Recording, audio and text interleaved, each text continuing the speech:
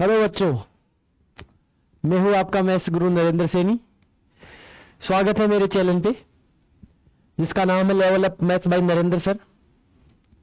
आज की class Hindi medium वाले बच्चों के लिए बहुत ही स्पेशल होने वाली है।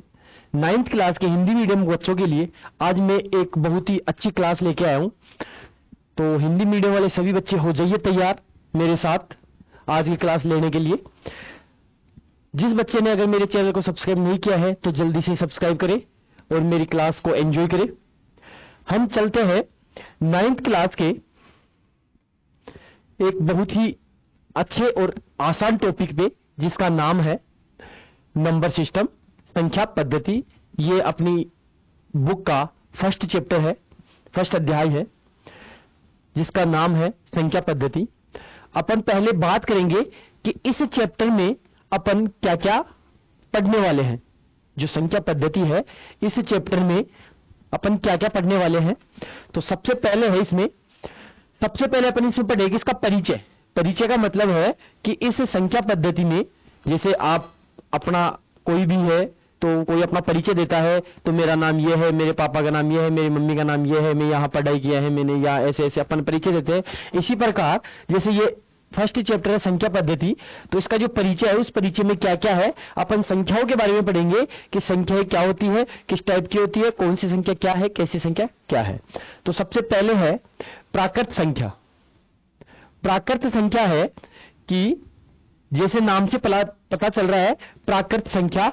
प्राकृत संख्या का मतलब होता है प्रकृति से। प्रकृति का मतलब कि प्रकृति में सबसे पहले कौन सा नंबर था, तो प्रकृति में जो सबसे पहले नंबर था वो था प्राकृत संख्या है, जिसको अपन इंग्लिश में कहते हैं नेचुरल नंबर। मतलब जो नेचर में सबसे पहले नंबर आया वो है प्राकृत संख्या है, प्राकृतिक संख्या है, जिसको प्राकृतिक संख्या बोलते हैं। और इस प्राकृतिक संख्या को यहाँ पे है n। तो इस प्राकृतिक संख्याओं को अपन किससे डिनोट करते हैं? n से डिनोट करते हैं। प्राकृतिक संख्याओं को किससे डिनोट करते हैं? n से डिनोट करते हैं। तो वो है प्राकृतिक संख्या या प्राकृत संख्या। प्राकृत संख्या क्या होती है कि अपन जब स्टार्टिंग में छोटे बच्चे थे तो अपने को ये सिखाया गया था कि मतलब जब अपन स्टार्टिंग में गिनती सीखते थे तो अपन सीखते थे 1 2 3 4 1 2 3 4 5 6 7 ऐसे सीखते थे। तो जो अपन बचपन में गिनती सीखते थे 1 2 3 4 5, तो ये जो अपन ने शुरू में ये जो स्टार्टिंग में बचपन में अपन ने ये गिनती सीखी, इसी को अपन क्या कहते हैं? प्राकृत संख्याएं कहते हैं, क्योंकि सबसे पहले प्रकृति में यही नंबर एग्जिस्ट था। इसके बाद में क्या हुआ कि एक जीरो था, जीरो का हुआ आविष्कार कि जीरो आया। तो उसके बाद में इस जीरो को भी क्या कर लिया? इस नंबर्स में शामिल कर लिया। तो जीरो को जब नंबर में शामिल किया तो ये नंबर क्या हो गए? पूर्ण हो गए। ये नंबर क्या हो गए? पूर्ण हो गए। अब यहां पे ध्यान रखने वाली बात यह है कि ये नंबर तो अपन ने पढ़ लिया कि 1 2 3 4 5 लेके ये आगे तक अनंत तक चलता रहता है। ये 0 1 2 3 4 5 अनंत तक चलता रहता है। अब आपको पता है कि 1 और 2 इनके बीच में भी नंबर्स है। 1 और 2 के बीच में भी क्या है? नंबर्स है। जैसे 1 2 2 3 3 4 इसके बीच में जो नंबर है वो है 1.5। इसके बीच में जो नंबर है वो है 2.5। इनके अलावा भी नंबर है। तो इनके बीच में जो नंबर है ये नंबर कभी भी प्राकृत संख्याओं में नहीं आते हैं। इसके बीच में भी नंबर है 1.5, इसके बीच में भी नंबर है 2.5। तो ये जो नंबर है इस टाइप के डेसिमल नंबर, इनको डेसिमल नंबर कहते हैं। ना तो ये प्राकृत संख्या में आते हैं और ना ही ये पूर्ण संख्या में आते हैं। एक बात और है यहाँ पे ध्यान रखने वाली, वो क्या है कि यहाँ पे जो नंबर है 1 2 3 4 5 ये सारे के सारे नंबर इसमें भी हैं। इसका मतलब क्या हुआ? हम क्या कह सकते हैं कि जितनी भी प्राकृत संख्याएं हैं वो सभी की क्या है? वो सभी प्राकृत संख्याएं क्या है? पूर्ण संख्याएं भी है। जितनी भी ये प्राकृत संख्याएं हैं वो सब क्या है? पूर्ण संख्याएं भी है, क्योंकि जितनी भी प्राकृत संख्याएं हैं वो सब पूर्ण संख्याओं में शामिल है। लेकिन इसका जो उल्टा है कि क्या पूर्ण संख्या प्राकृत संख्या, सभी पूर्ण संख्या प्राकृत संख्या है? तो इसका आंसर है नहीं। सभी पूर्ण संख्या प्राकृत संख्या नहीं है, क्योंकि पूर्ण संख्याओं में 0 है लेकिन प्राकृत संख्याओं में 0 नहीं है। इसलिए सभी पूर्ण संख्या प्राकृत संख्या नहीं है, जबकि सभी प्राकृत संख्या पूर्ण संख्याएं है। अब बात करते हैं इसके आगे। चलो ये तो बात हो गई अपनी पॉजिटिव। ये जितने भी नंबर है ये सभी नंबर क्या है? धनात्मक। ये सभी क्या है? धनात्मक नंबर। ये सभी नंबर है धनात्मक नंबर। अब अपन बात करते हैं कि नंबर तो अपने पास ऋणात्मक भी होते हैं। भाई ये अपन ने स्टार्ट किया 0 1 2 3 4 5 1 2 3 4 5 तो क्या -1 -2 -3 -1 2 3 4 5 -1 -2 -3 -4 ये भी तो होते ही है। तो ये जो नंबर होते हैं माइनस अनंत, यहां से इधर से फिर चलते हैं माइनस का 4 माइनस का 3 माइनस का 2 माइनस का 1 0 1 2 3 4। ये जो नंबर है जो माइनस में भी है और प्लस में भी है, मतलब जितने भी गिनने योग्य धनात्मक और ऋणात्मक नंबर, गिनने योग्य मतलब गिनने योग्य का मतलब वही प्राकृत वाली बात हो गई। गिनने योग्य मतलब जो अपन गिनती सीखते हैं 1 2 3 4 5 सिर्फ वही नंबर। तो गिनने योग्य जितने भी धनात्मक और ऋणात्मक जो नंबर है वो नंबर है उनको बोलते हैं अपन पूर्णांक संख्याएं। पूर्णांक, पूर्णांक का मतलब जैसे इसके नाम से पता चल रहा है पूर्ण अंक मतलब पूर्ण प्लस अंक, संधि विच्छेद हिंदी में पता है आपको। पूर्णांक, पूर्णांक का संधि विच्छेद पूर्ण प्लस अंक मतलब जो अंक पूरा हो, मतलब जो संख्या पूरी हो। मतलब इसमें भी जो आधे अधूरे नंबर आते हैं, आधे अधूरे मतलब 1.5, जैसे आधे अधूरे का मतलब हो गया इसके बीच में जो आएगा वो आएगा 1/2, 1/2, इसके बीच में आएगा 3/2। इस टाइप के जो नंबर है आधे अधूरे नंबर वो इन पूर्णांकों में नहीं आते हैं। पूर्णांकों को अपन क्या लिखते हैं, क्या बोलते हैं इंग्लिश में? इंग्लिश में बोलते हैं इंटीजर्स। पूर्णांकों को अपन क्या बोलते हैं इंग्लिश में? बोलते हैं इंटीजर्स। तो जो आधे अधूरे नंबर है वो इसमें नहीं आते, जैसे नाम से पता चल रहा है पूर्णांक। मतलब जो माइनस और प्लस, मतलब माइनस में और प्लस में जो गिनने योग्य नंबर है वो नंबर क्या होते हैं? पूर्णांक होते हैं। इसके बाद में अपन बात करते हैं भाज्य संख्याएं। भाज्य संख्या क्या होती है? देखो भाज्य संख्या वो इंग्लिश में बोलते हैं कंपोजिट। आपको बता दूं भाज्य का मतलब, कुछ बच्चे क्या है भाज्य के नाम से कंफ्यूज हो जाते हैं। कंफ्यूज कैसे होते हैं कि भाई भाज्य, भाज्य का मतलब जिनमें भाग जाता है, भाज्य का मतलब जिनमें भाग जाता है। बच्चे ज्यादातर यही सोचते हैं कि भाज्य संख्या वो होती है जिसमें 2 का पूरा पूरा भाग जाता है। लेकिन आपको बता दूं कि भाज्य संख्या वो नहीं होती है जिसमें 2 का पूरा पूरा भाग जाता हो। भाज्य संख्या वो होती है जिसमें स्वयं के और एक के अलावा, भाज्य संख्या क्या होती है अच्छे से सुनना, कि जिसमें स्वयं के और एक के अलावा किसी दूसरी संख्या का भाग नहीं जाए। जिसमें स्वयं के और खुद के अलावा किसी दूसरी संख्या का भाग नहीं जाए, या फिर अपन ये कह सकते हैं कि वह संख्या जिसमें स्वयं के और किसी दूसरे के अलावा, स्वयं के और किसी दूसरे स्वयं के और एक के अलावा, स्वयं के और एक के अलावा किसी कोई दूसरी संख्या उसका गुणनखंड नहीं हो। मतलब क्या हुआ, भाज्य संख्या क्या होती है जिसमें स्वयं के और एक के अलावा किसी दूसरी संख्या का भाग नहीं जाए। या फिर अपन कह सकते हैं कि जिस संख्या में स्वयं के और एक के अलावा कोई दूसरा गुणनखंड नहीं हो तो वो संख्या क्या कहलाती है? भाज्य संख्या कहलाती है, जिसको इंग्लिश में क्या बोलते हैं अपन? कंपोजिट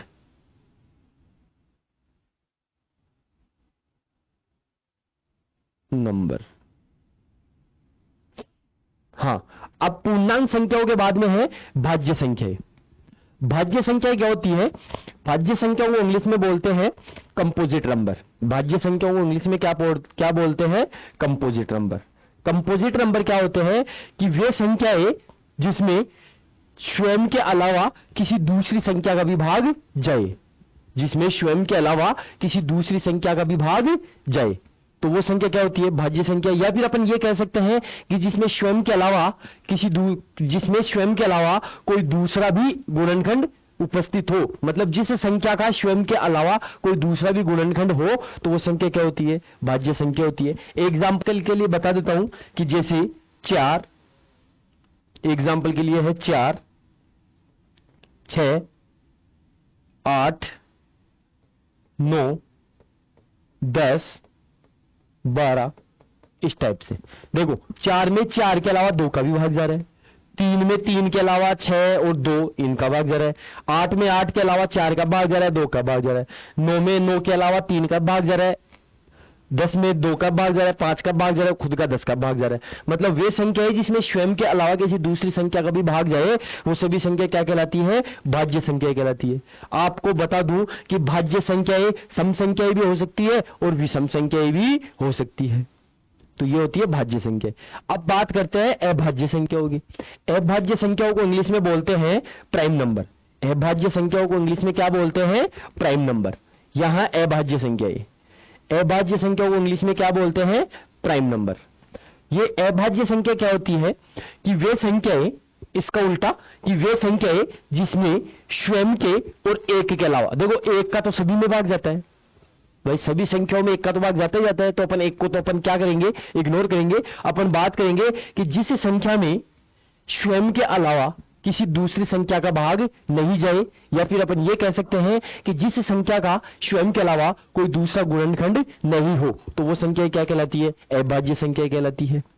अभाज्य संख्याओं का एग्जाम्पल हो गया जैसे 2, 3, 5, 7, 11, 13, 17, ऐसे। अब आपको बता दूं कि इसमें 2 एक एकमात्र ऐसी संख्या है, 2 एक एकमात्र ऐसी अभाज्य संख्या है जो सिर्फ सम है।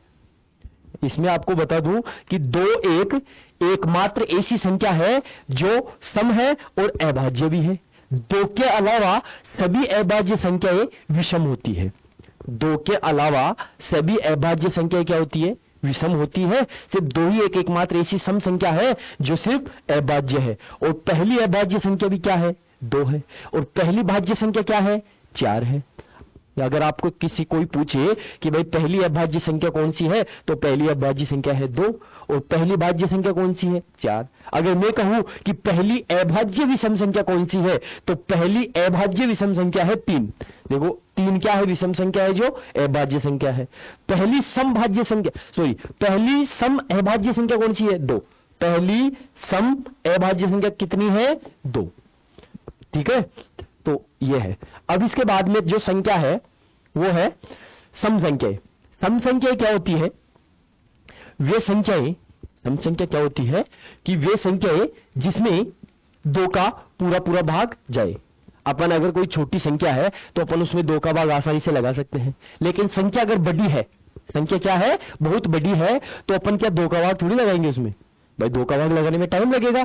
तो अपन क्या करेंगे? इसको पहचानने के 2 तरीके हैं कि वे संख्या है जिसमें 2 का पूरा पूरा भाग जाए, तो वो संख्या क्या कहलाती है? सम संख्या कहलाती है। दूसरा ये कि जिस संख्या में इकाई का अंक 0, 2, 4, 6 और 8 होता है, वे सभी संख्या क्या कहलाती है? सम संख्या कहलाती है। ये सभी क्या है? इकाई अंक। ये सभी क्या है? इकाई अंक। तो जिस संख्या का इकाई का अंक 0, 2, 4, 6 और 8 ये होता है, उस संख्या में 2 का पूरा पूरा भाग जाता है, और जिस संख्या में 2 का पूरा पूरा भाग जाता है वो संख्या क्या कहलाती है? सम संख्या कहलाती है। उदाहरण के लिए 12, 256, 1058,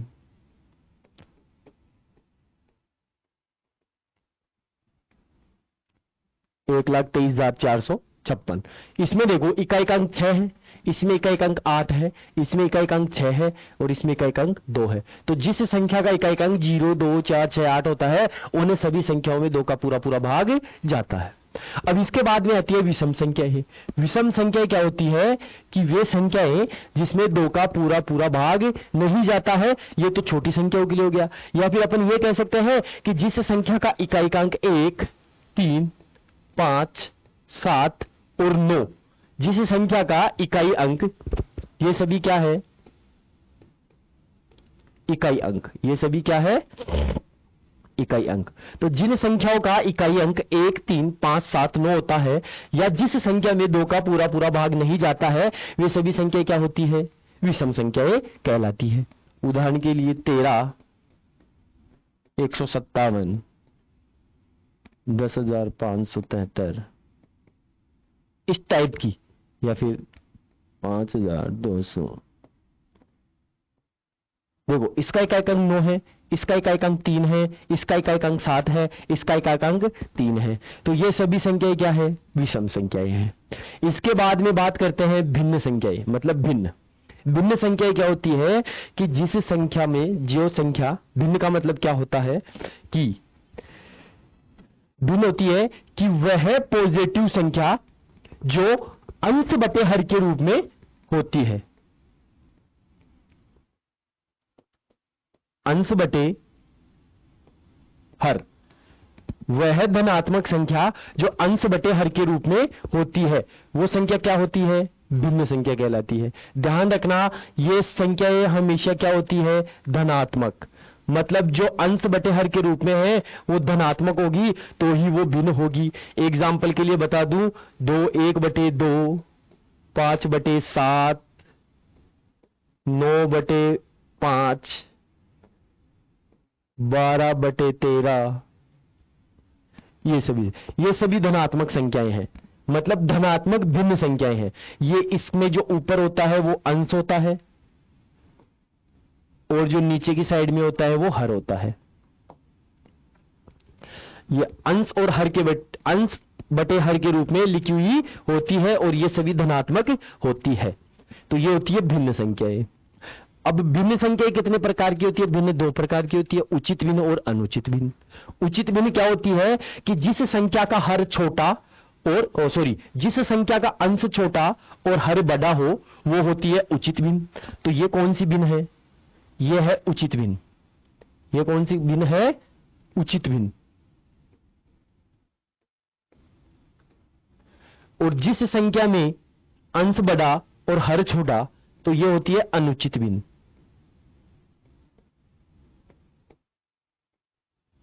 समझ गए? तो ये 2 भिन्नों के प्रकार हो गए। इसके बाद में अपनी जो संख्या है वो है दशमलव संख्या।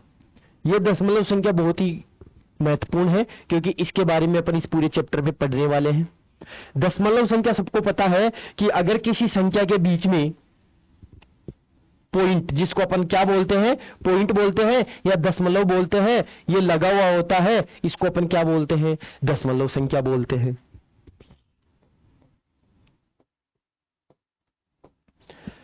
मतलब अगर किसी संख्या के 1 अंक, 2 अंक, 3 अंक या कितने भी अंकों के बाद में अगर पॉइंट या एक पॉइंट लगा होता है जिसको अपन दशमलव बोलते हैं, तो उन संख्याओं को अपन बोलते हैं दशमलव संख्याएं। अब इसके बाद में है सह अभाज्य संख्याएं। देखो, इससे पहले अपन ने भाज्य संख्याएं पढ़ी, अभाज्य संख्याएं पढ़ी। अब बात करते हैं सह अभाज्य संख्याएं। सह अभाज्य संख्याएं, ध्यान रखना, यहां पे जो सह अभाज्य संख्याएं हैं इनका अभाज्य संख्याओं से कोई रिलेशन नहीं है, कोई संबंध नहीं है। यहां पे अभाज्य लिखा हुआ है, इसका मतलब ये नहीं है कि ये भी कोई अभाज्य संख्या का ही प्रकार है। इसका मतलब ये है सह अभाज्य संख्या है, ये जितनी भी संख्याएं हैं ये सब क्या है? सिंगल संख्याएं हैं। लेकिन जब सह अभाज्य संख्या की बात करेंगे तो यहां पे सिर्फ एक संख्या की बात नहीं होगी, यहां पे संख्या के एक समूह की या एक पेयर, एक जोड़े की बात होगी। सह अभाज्य संख्या क्या होती है? ऐसी 2 संख्याएं जिसको अपन इंग्लिश में क्या कहते हैं? Co-prime number. तो सह अभाज्य संख्या क्या होती है? ऐसी 2 संख्याओं का समूह है जिन दोनों का HCF, ऐसी 2 संख्याओं का समूह है जिनका HCF कितना हो? 1 हो। जैसे 1 और 2, ये 2 संख्याएं हैं, इन दोनों का HCF क्या है? इन दोनों का HCF, इन दोनों का HCF क्या आएगा? इन दोनों का HCF है 1।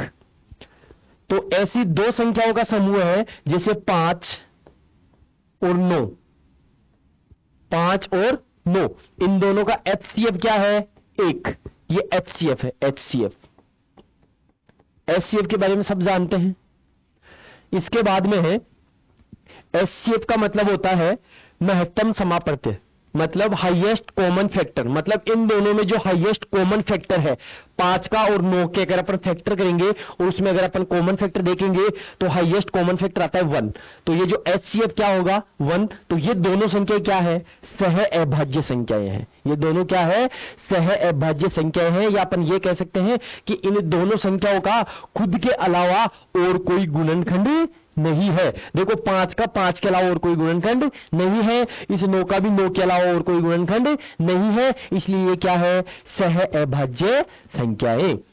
इसके बाद में अपन बात करते हैं परिमेय संख्याएं। ये अपने चैप्टर का एक बहुत ही इंपॉर्टेंट महत्वपूर्ण टॉपिक है। अब बात करते हैं परिमेय संख्याएं। देखो, परिमेय संख्याएं मैंने यहां पे लिख रखा है, ऐसी सभी संख्याएं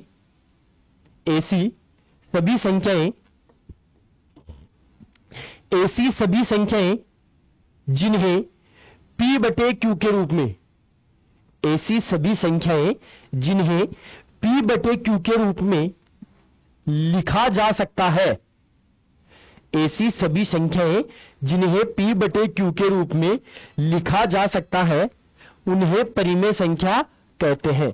जहां p हर का मान 0 नहीं होना चाहिए, q का मान, मतलब ऐसी संख्याएं जिनको p बटे q के रूप में लिखा जा सकता है जहां पे हर का मान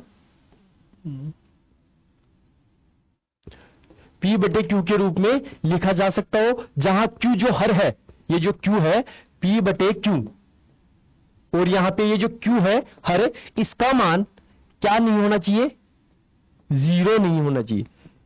q का मान 0 नहीं होना चाहिए, मतलब q is not equal to 0, इसमें q का मान 0 नहीं होना चाहिए।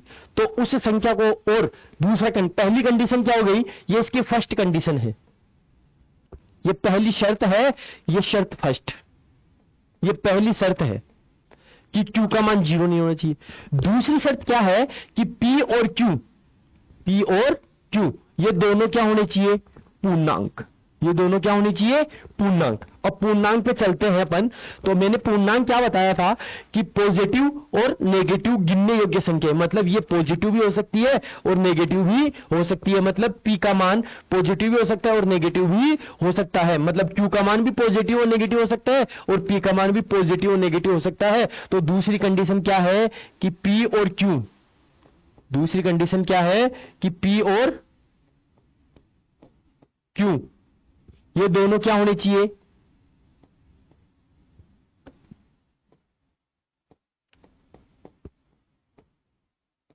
ये दोनों होने चाहिए पूर्णांक। p और q ये दोनों क्या होने चाहिए, पूर्णांक होने चाहिए। अब पूर्णांक में पॉजिटिव भी आ गई और नेगेटिव भी आ गई, तो ये सभी संख्याएं देखो 3/4, 7/12, 17/19, ये सभी संख्याएं p बटे q के रूप में लिखी हुई है। q की वैल्यू, इनमें सब में q का मान 0 भी नहीं है, और p और q देखो, ये तो हो गया p और ये हो गया अपना q, ये दोनों क्या है, पूर्णांक है। अगर मैं इसको माइनस का लिखूं कि ये माइनस, मान लो मैंने इसको लिखा -7, इसको मैंने लिख दिया -7/12, तो ये भी एक परिमेय संख्या है, क्योंकि p का मान पूर्णांक हो सकता है और q का मान भी क्या हो सकता है, पूर्णांक हो सकता है। तो मैंने यही बोला कि ये दो कंडीशन है, दो शर्त है, ये पहली शर्त हो गई और ये क्या हो गई, अपनी दूसरी शर्त हो गई कि q का मान 0 नहीं होना चाहिए और p और q दोनों क्या होनी चाहिए, पूर्णांक होने चाहिए। तो देखो इस कंडीशन में क्या है, 7/12 दोनों पूर्णांक है और q का मान 0 भी नहीं है, 17/19 p और ये भी। अब इसके अलावा क्या परिमेय संख्या यही होती है कि भाई जिनको p बटे q के रूप में लिखा हुआ हो? क्या कोई संख्या ऐसी भी है कि जो p बटे q के रूप में लिखी हुई नहीं है लेकिन फिर भी परिमेय है? बिल्कुल। जैसे एक एग्जांपल लेता हूं, मैंने लिखा 5, मैंने क्या लिखा, 5 लिखा, तो क्या 5 परिमेय संख्या नहीं है? बिल्कुल है। परिमेय संख्या कैसे है, इस 5 को अपन p बटे q के रूप में बदल सकते हैं या p बटे q के रूप में लिख सकते हैं। कैसे? इस 5 के नीचे अगर मैं 1 लगा दूं तो ये हो जाएगा 5/1। क्या ये p बटे q के रूप में लिखी हुई है? इसका मान बदला हुआ है क्या? इसका मान अभी भी 5 ही है। आप किसी भी संख्या को अगर किसी भी संख्या को अगर 1 से भाग देते हैं तो उसका मान क्या आता है, वही आता है। तो 5 को मैंने 1 से भाग किया तो इसका मान 5 ही आएगा, इसका मतलब ये 5 ही है, लेकिन मैं 5 को 5/1 लिख सकता हूं। तो जब इसको मैं 5/1 लिख सकता हूं तो ये p बटे q के रूप में लिख दिया, और p बटे q के रूप में लिख दिया, और p और q दोनों यहाँ पे पूर्णांक भी है और q का मान 0 भी नहीं है। इसलिए ये जरूरी नहीं है कि सभी संख्याएं p बटे q के रूप में लिखी हुई हो। यहाँ पे सिर्फ ऐसा है कि ऐसी संख्याएं जिन्हें p बटे q के रूप में लिखा जा सकता है। दो कंडीशन हो गई, या तो पहले से p बटे q के रूप में लिखी हुई हो, या फिर ऐसा कि जो p बटे q के रूप में लिखी हुई नहीं है लेकिन अपन उसे p बटे q के रूप में लिख सकते हैं, लिखी जा सकती है।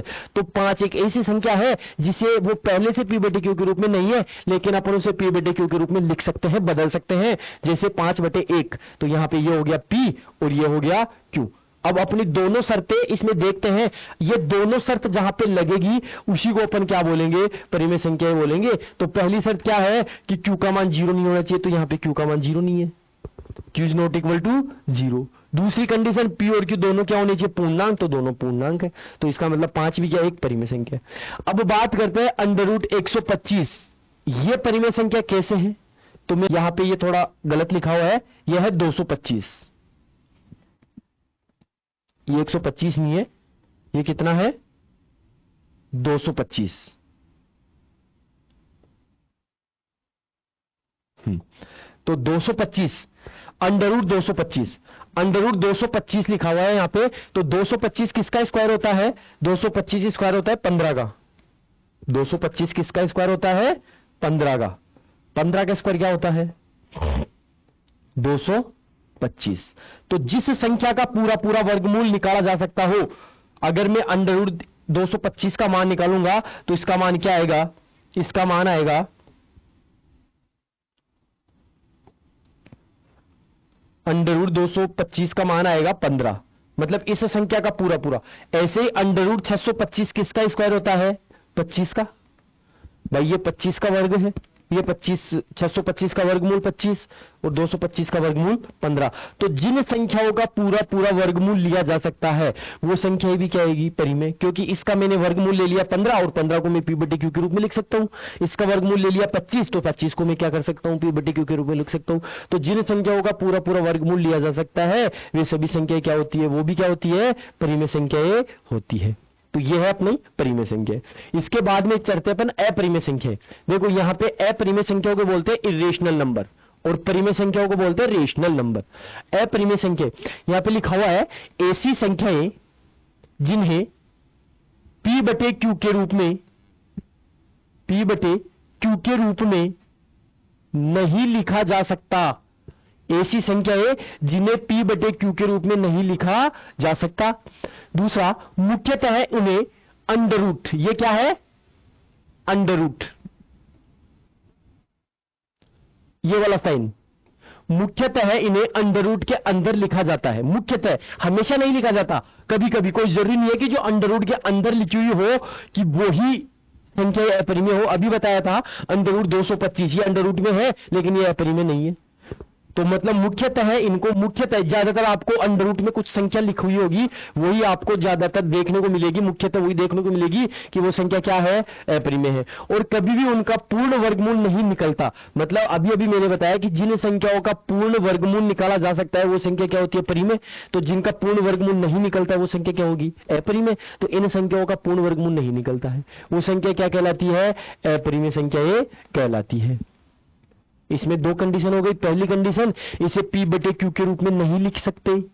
दूसरी कंडीशन, ये अंडर रूट के अंदर होगी लेकिन उनका पूर्ण वर्गमूल नहीं निकलता। वो संख्या क्या कहलाती है? अपरिमेय कहलाती है। एग्जाम्पल के लिए अंडर रूट 13 को पूरा पूरा वर्गमूल नहीं होता है। अंडर रूट 17 का भी अपन पूरा वर्गमूल नहीं निकाल सकते। अंडर रूट 123 का भी पूर्ण वर्गमूल नहीं निकाल सकते। अंडर रूट 217 का भी नहीं निकाल सकते। अंडर रूट 257 का भी अपन पूरा पूरा वर्गमूल नहीं निकाल सकते। इसलिए ये क्या है? सभी अपरिमेय संख्याएं कहलाती है। इसके बाद में दो परिमेय संख्याओं के बीच में परिमेय संख्या ज्ञात करना। देखो बेटा, कोई भी दो परिमेय संख्याएं, उनके बीच में इनफाइनाइट परिमेय मतलब अनंत परिमेय संख्याएं होती है। सही। अब चाहे वो किसी भी प्रकार की दो परिमेय हो, वो लगातार होनी चाहिए। उनके बीच में बहुत सारी परिमेय संख्या होती है, चाहे वो लगातार भी हो सकती है, एक छोड़ गया। तो मतलब कोई भी दो परिमेय संख्या है, अगर आपको उसके बीच में परिमेय संख्या ज्ञात करनी है तो अपन अनंत परिमेय संख्या इसमें क्या कर सकते हैं? ज्ञात कर सकते हैं। तो अपन पढ़ेंगे कि दो परिमेय संख्याओं के बीच में परिमेय संख्या ज्ञात करना। जैसे एक एग्जाम्पल लेता हूं, मैं एक क्वेश्चन लिख रहा हूं।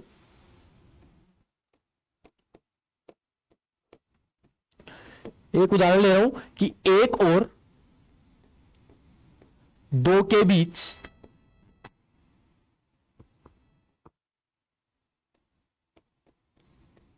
में 5 परिमेय संख्याएं ज्ञात करनी है।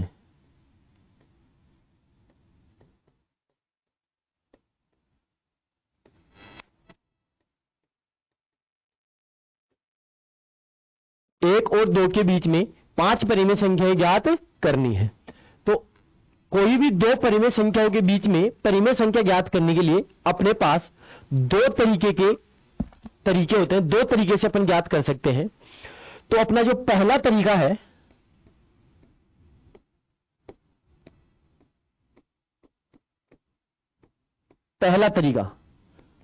वो जो पहला तरीका क्या है? वो है औसत निकालकर।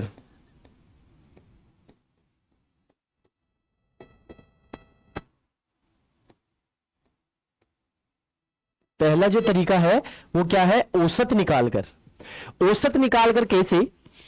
औसत कैसे निकालते हैं कि अपने पास जो भी संख्याएं हैं सबको जोड़कर और जितनी संख्याएं हैं उन संख्याओं का अपन क्या लगाते हैं, भाग लगाते हैं, तो अपने पास क्या निकलता है, औसत निकलता है।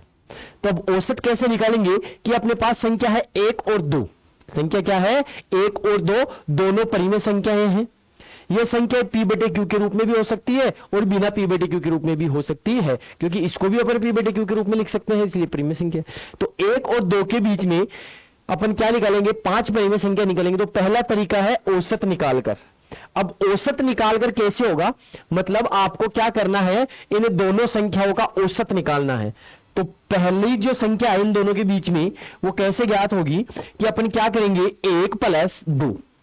औसत कैसे निकालते हैं कि जो भी अपने को संख्या दे रखी है उनको अपन जोड़ देंगे और जोड़ने के बाद जितनी अपने पास संख्याएं हैं उसका अपन क्या लगा देंगे, भाग लगा देंगे। अपने पास 2 संख्याएं हैं तो दोनों को जोड़ दिया और 2 का अपन ने क्या लगा दिया, भाग लगा दिया। तो इसका मतलब क्या हुआ, 3/2। तो 1 और 2 के बीच में एक जो परिमेय संख्या है वो क्या है, 3/2। 1 और 2 के बीच में, 1 और 2 के बीच में ये 1 है और ये 2 है। इन दोनों के बीच में जो परिमेय संख्या है वो 1 आ गई, 3/2। 3/2। अब क्या करेंगे, अब अपन अगली संख्या निकालेंगे। पहले अपने पास संख्या थी 2, केवल अपने पास पहले 2 संख्या ही थी, 1 और 2। अब अपने पास संख्या हो गई 3, ये और ये। अब अपन क्या करेंगे, अगर मैं इन दोनों के बीच में कोई संख्या निकालूंगा तो वो इन दोनों के बीच में भी उपस्थित होगी। अगर इन दोनों के बीच में अगर कोई संख्या निकालूंगा तो वो भी इन दोनों के बीच में क्या होगी, उपस्थित होगी। तो आप इन दोनों के बीच में निकाल सकते हो, इन दोनों के बीच में निकाल सकते हो। तो आपको क्या करना है, पहले अपन ने क्या किया, इन दोनों को जोड़ के 2 का भाग लगाया। अब अपन कौन सी 2 संख्या लेंगे, एक संख्या ये लेंगे, एक संख्या ये लेंगे। अपने पास 3 संख्या हो गई, 3 में से अपन कोई सी भी 2 संख्या ले सकते हैं और उनका औसत निकाल लेंगे। अब अपन क्या लेंगे, 1 + 3/2, इनको जोड़ लिया और जोड़ने के बाद क्या करना है, 2 का भाग लगाना है। जोड़ने के बाद क्या करना है, 2 का भाग लगाना है। इसमें क्या करना है, नीचे तो क्या है 2, नीचे तो ये 2 आ गया। अब इसको सोल्व करना है, इसको हल करना है। इसको हल करने का एक छोटा तरीका बताता हूं, एलसीएम लेके कर सकते हो आप। एक उससे भी थोड़ा बढ़िया तरीका जो मेरे को लगता है, आपको क्या पता लगे कि नहीं लगे, लेकिन मेरे को अच्छा लगता है। कैसे निकालेंगे, जैसे अपन मिश्र भिन्न को, कोई भी मिश्र भिन्न होती है उसको अपन कैसे हल करते हैं कि अगर मेरे पास ये मिश्र भिन्न होती 1 सही 3/2, 1 सही 3/2, अगर ये मेरे पास कोई मिश्र भिन्न होती, अगर मेरे पास मिश्र भिन्न होती 1 सही 3/2, तो मैं इसको कैसे हल करता, मेरे पास कोई मिश्र भिन्न होती 1 सही 3/2, मैं इसको कैसे हल करता कि 2 एकम 2 और 2 में क्या जोड़ता, 3 जोड़ता।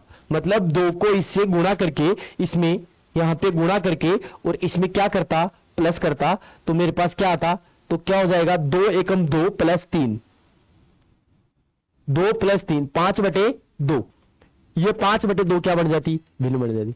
इसी प्रकार अपन क्या समझेंगे, अपन ये समझ के चलेंगे कि बीच में प्लस का चिन्ह नहीं है, तो ये 1 सही 3/2 ही है। तो इसको कैसे जोड़ेंगे, 2 एकम 2, 2 + 1 सॉरी 2 एकम 2, 2 + 3, तो 2 + 3 कितना हुआ, 5। 2 + 3 कितना हुआ, 5। 2 एकम 2, 2 + 3, 3 हो गया 5। तो ये हो गया 5 और बटे 2। अब ये 2 क्या है, नीचे आ जाएगा, इसके साथ आ जाएगा। तो इसके साथ आएगा तो क्या हो जाएगा, 5/2 गुणा 2। इसको सोल्व करेंगे तो यह आ गया 5/4, 5/4। इसका मतलब क्या हुआ कि ये जो 2 संख्याएं हैं 1 और 3/2, इन दोनों के बीच में एक संख्या आई और वो संख्या क्या है, 5/4। वो संख्या क्या है, 5/4। पहले अपने पास 2 संख्याएं थी, अब अपने पास 2 और हो गई। मतलब इनके बीच में अपन ने 2 संख्याएं और निकाल ली। अपने को निकालनी कितनी है, 5। अब अगर अगली संख्या निकालनी है तो भी यही तरीका है। अपन क्या करेंगे, अगली संख्या निकालेंगे, अपन क्या करेंगे, या तो इन दोनों को जोड़ के 2 का भाग लगाएंगे, या इन दोनों को जोड़ के 2 का भाग लगाएंगे, या इन दोनों को जोड़ के 2 का भाग लगाएंगे। चाहे आप इन दोनों के बीच में निकालो, इन दोनों के बीच में निकालो, या इन दोनों के बीच में निकालो, वो होगी तो 1 और 2 के बीच में ही ना। अरे भाई एक और दो के बीच में होगी, ये भी तो इन दोनों के बीच में ही है, तो इन दोनों के बीच में चाहे किसको भी आप घुसा दो, है तो वो एक और दो के बीच में ही ना। तो अपन क्या करेंगे, अब इन दोनों को जोड़ के 2 का भाग लगाएंगे, तो अपनी जो अगली संख्या निकलेगी तीसरी, वो क्या होगा, 3/2 प्लस 2, दोनों को जोड़ दिया और भाग किसका लगाना है, 2 का लगाना है, क्योंकि 2 ही संख्या है। इसको भी उसी तरीके से करना है, चाहे आप 2 को इधर रख सकते हो या उधर रख लो, है तो ये मिश्र भिन्न में एक, मतलब मिश्र भिन्न इसको मान सकते हैं, पर जब 2 को इधर रखेंगे तो मिश्र भिन्न की तरह ही इसको क्या करना है, हल करना है। कैसे, 2 दूनी 4, 4 प्लस 3, 4 प्लस 3 कितना हो गया, 7, और नीचे कितना है, ये 2 भाई, 2 दूनी 4, 4 प्लस 3 7, 7/2, ये 2 नीचे आ जाएगा, तो ये हो जाएगा 7/4। इसका मतलब क्या हुआ, इसका मतलब हुआ कि इन दोनों के बीच में एक संख्या आ गई 7/4, इन दोनों के बीच में संख्या आ गई 7/4। अब क्या करना है, अब अपने पास 3 संख्या हो गई। अब आप इन दोनों को जोड़ के 2 का भाग लगा सकते हो, इन दोनों को जोड़ के 2 का भाग लगा सकते हो, इन दोनों को जोड़ के 2 का भाग लगा सकते हो, कोई बात नहीं है, आपकी जिसकी मर्जी है उस संख्या को जोड़ दो। मैं इन दोनों को जोड़ के 2 का भाग लगाता हूं, तो मैं जोड़ूंगा पहले 5/4 प्लस 3/2, दोनों को जोड़ लिया और किसका भाग लगाना है, 2 का भाग लगाना है।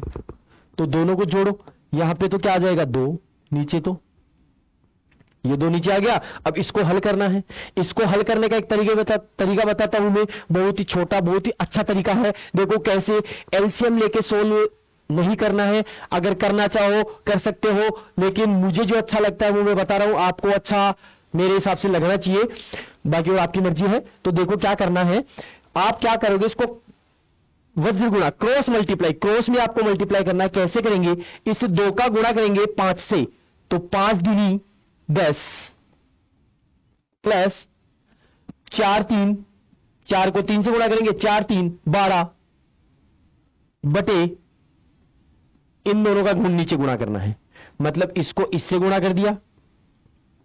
मतलब अपन ने क्या किया, अपन ने क्या किया, इसको इससे गुणा किया, इसको इससे गुणा किया और इन दोनों का नीचे गुणा किया, यही किया अपन ने। अपन ने क्या किया, इसको इससे गुणा किया 5 दूनी 10, इसको इससे गुणा किया 4 तिया 12 और इसको इससे गुणा करेंगे तो 4 दूनी 8, ये आ गया। अब इसको सोल्व कर लो, हल कर लो, 10 और प्लस 12, 10 और प्लस 12 हो गया 22/8 और नीचे है कितना है 2। इसको आगे सोल्व करेंगे तो देखो ये आ जाएगा 22 और ये 8 नीचे आ जाएगा, तो ये क्या बढ़ जाएगा, 8 दूनी 16। आप क्या करो, इन दोनों को 2 से कैंसिल कर लो, इसको 2 से कैंसिल किया तो 11, इसको 2 से कैंसिल किया तो 8, मतलब इसमें भी 2 का भाग जा रहा है, इसमें भी 2 का भाग जा रहा है, दोनों को 2 से काटेंगे, कैंसिल करेंगे तो ये आ गया 11/8। इसका मतलब क्या हुआ कि इन दोनों के बीच में एक और परिमेय संख्या आ गई, जो क्या है 11/8। इन दोनों के बीच में एक और परिमेय संख्या आ गई, वो क्या है 11/8। देखो 1 और 2 के बीच में 1 2 3 4 संख्या निकाल ली, जैसे अपन ने 4 संख्या निकाली एक और निकाल लेंगे। अब वो कैसे निकालेंगे, इन दोनों को जोड़ के और 2 का भाग लगा लेंगे, ये आपको करना है, ठीक है।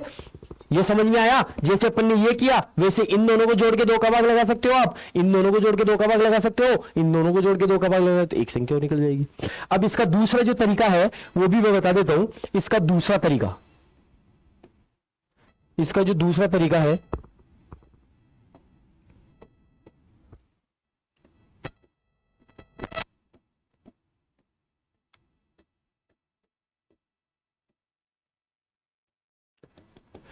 दूसरा तरीका क्या है, दूसरे तरीके में क्या करना है कि अपने पास संख्या है 1 और 2, 1 और 2, इन दोनों के बीच में क्या करनी है अपने को, परिमेय संख्या निकालनी है 5।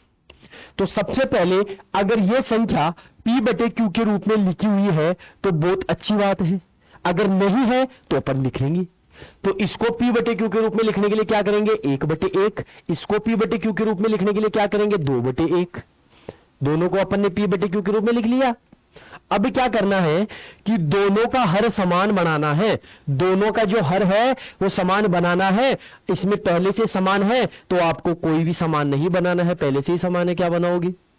अगर समान नहीं है तो उसको पहले क्या करेंगे, हर को समान बनाएंगे।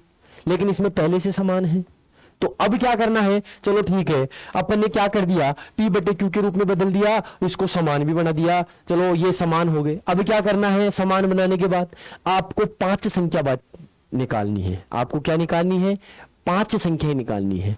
तो जब आपको 5 संख्याएं निकालनी हो तो 6 से गुणा करना है, 6 संख्या निकालनी हो तो 7 से गुणा करना है, 4 संख्या निकालनी हो तो 5 से गुणा करना है, 2 संख्या निकालनी है तो 3 से गुणा करना है। मतलब आपको एक ज्यादा लेना है। अगर आपको 5 से निकालना है तो इस भिन्न को और इस भिन्न को दोनों को किससे गुणा करना है, 6 से गुणा करना है। तो किसी भी भिन्न को अगर अपन गुणा करते हैं, किसी भी भिन्न को अगर अपने को गुणा करना है तो भिन्न का एक तरीका होता है कि उसका मान नहीं बदलना चाहिए, कि मतलब जो भिन्न है भिन्न वो ही रहनी चाहिए, उसके मान में कोई परिवर्तन नहीं होना चाहिए। तो इस भिन्न को अगर अपन 6 से गुणा करेंगे तो 6 से गुणा करने का मतलब है कि इसका मान 1 है तो 1 ही रहना चाहिए, चाहे आप 6 से गुणा करो चाहे 600 से गुणा करो, मान नहीं बदलना चाहिए। तो अब ऐसा क्या करें कि भाई इसका मान नहीं बदले, तो अपन 6 से गुणा करना है लेकिन इसका मान भी नहीं बदलना चाहिए। तो ऐसा कब होता है कि भाई उसका मान नहीं बदलना चाहिए और इसको 6 से गुणा भी करना है। तो इसका तरीका होता है कि आप अंश को भी गुणा करो और हर को भी गुणा करो। तो यही होता है कि जब भी किसी भिन्न को अगर गुणा करते हैं तो अंश और हर दोनों को गुणा करते हैं। तो अपन क्या करेंगे, 1 को भी गुणा करेंगे 6 से, अंश को भी गुणा करेंगे 6 से और हर को भी गुणा करेंगे 6 से। ऐसा इधर करेंगे, इधर भी अंश को गुणा करेंगे 6 से और हर को गुणा करेंगे 6 से। कर दिया। अब ये क्या बन गया, 6 बटे 6, ये बन गया 12 बटे 6। अब देखो बेटा, 6 बटे 6 का मान क्या होता है, 1, और 12 बटे 6 का मान क्या होता है, 2। अभी भी ये 1 है और अभी भी ये 2 है। अब इसके बीच में देखो अपने को संख्याएं बतानी है, तो देखो 6 के बाद में क्या आता है, 7, तो ये बन गया 7 बटे 6। 7 के बाद क्या आता है, 8 बटे 6। 8 के बाद आता है 9 के बाद में आता है 10 के बाद में आता है 11। क्या ये 5 संख्याएं हो गई? तो ये इन दोनों के बीच में 5 संख्याएं हैं, परिमेय संख्याएं हैं। अगर इसमें से कोई संख्या कट रही है तो अपन स्कोर छोटा बना लेंगे, मतलब उचित भिन्न को, मतलब अनुचित भिन्न को उचित भिन्न बनाएंगे। तो इसको 2 से काटेंगे तो ये क्या बन जाएगा, 4। ये बन जाएगा 4 बटे 3। इसको 3 से काटेंगे तो ये बन जाएगा 3 बटे 2। इसको 2 से काटेंगे तो ये बन जाएगा 5 बटे 3। मतलब अपने पास कौन कौन सी संख्या आ गई, 7 बटे 6, 4 बटे 3, 3 बटे 2, 5 बटे 3, 11 बटे 6। ये 5 संख्याएं हैं जो क्या है, इन और इसके बीच में, क्योंकि इसका मान क्या है, 1 और इसका मान क्या है, 2।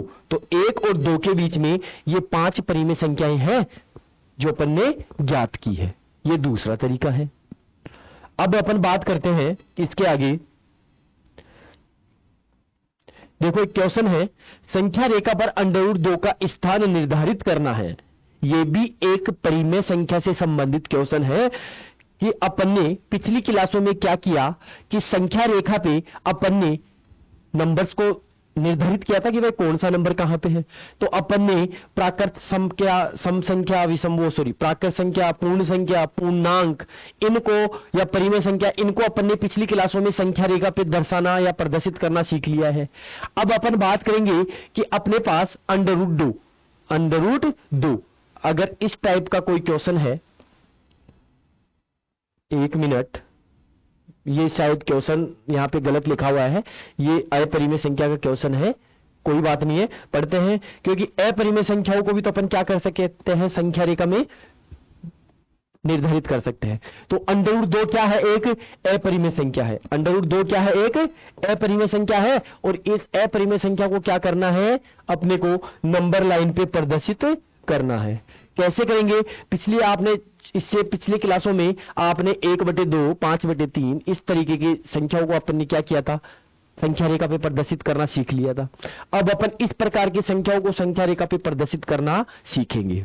देखो कैसे करना है मैं आपको बता देता हूं, समझने की कोशिश करना कि अपने पास ये मान लो एक संख्या रेखा है, ये अपनी एक संख्या रेखा है,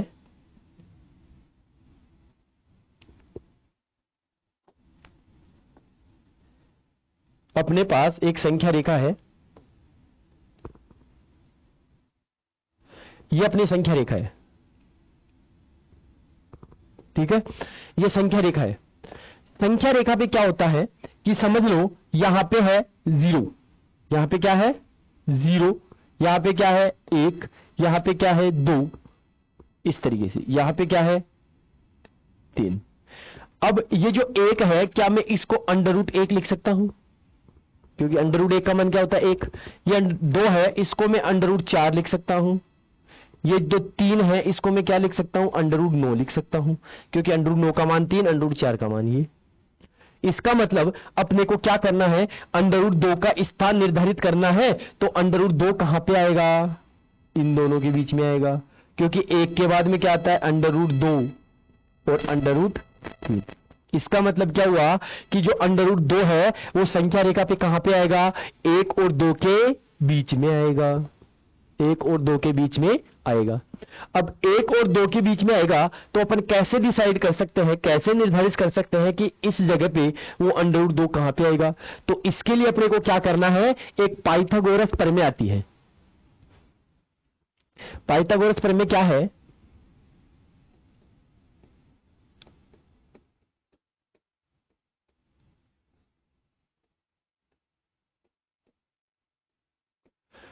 पाइथागोरस प्रमेय होती है कर्ण स्क्वायर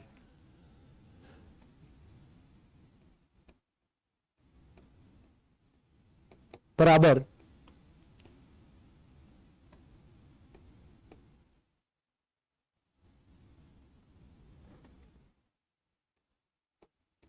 लंब का स्क्वायर प्लस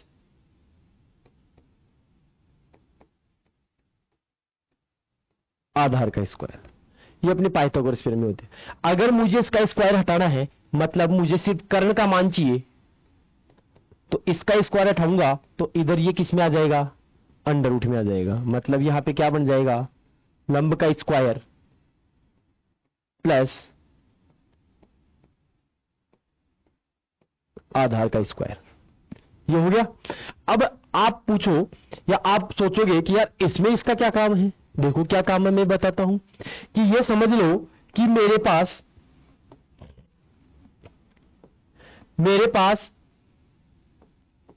एक त्रिभुज है, मेरे पास क्या है, एक त्रिभुज है,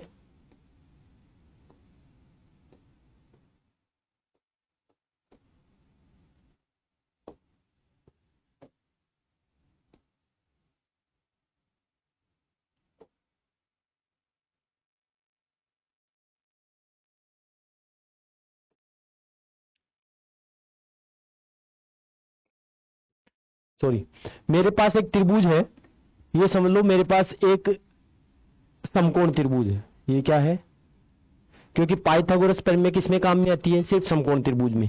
ये मेरे पास एक समकोण त्रिभुज है। समकोण के सामने वाली भुजा हमेशा क्या होती है, कर्ण।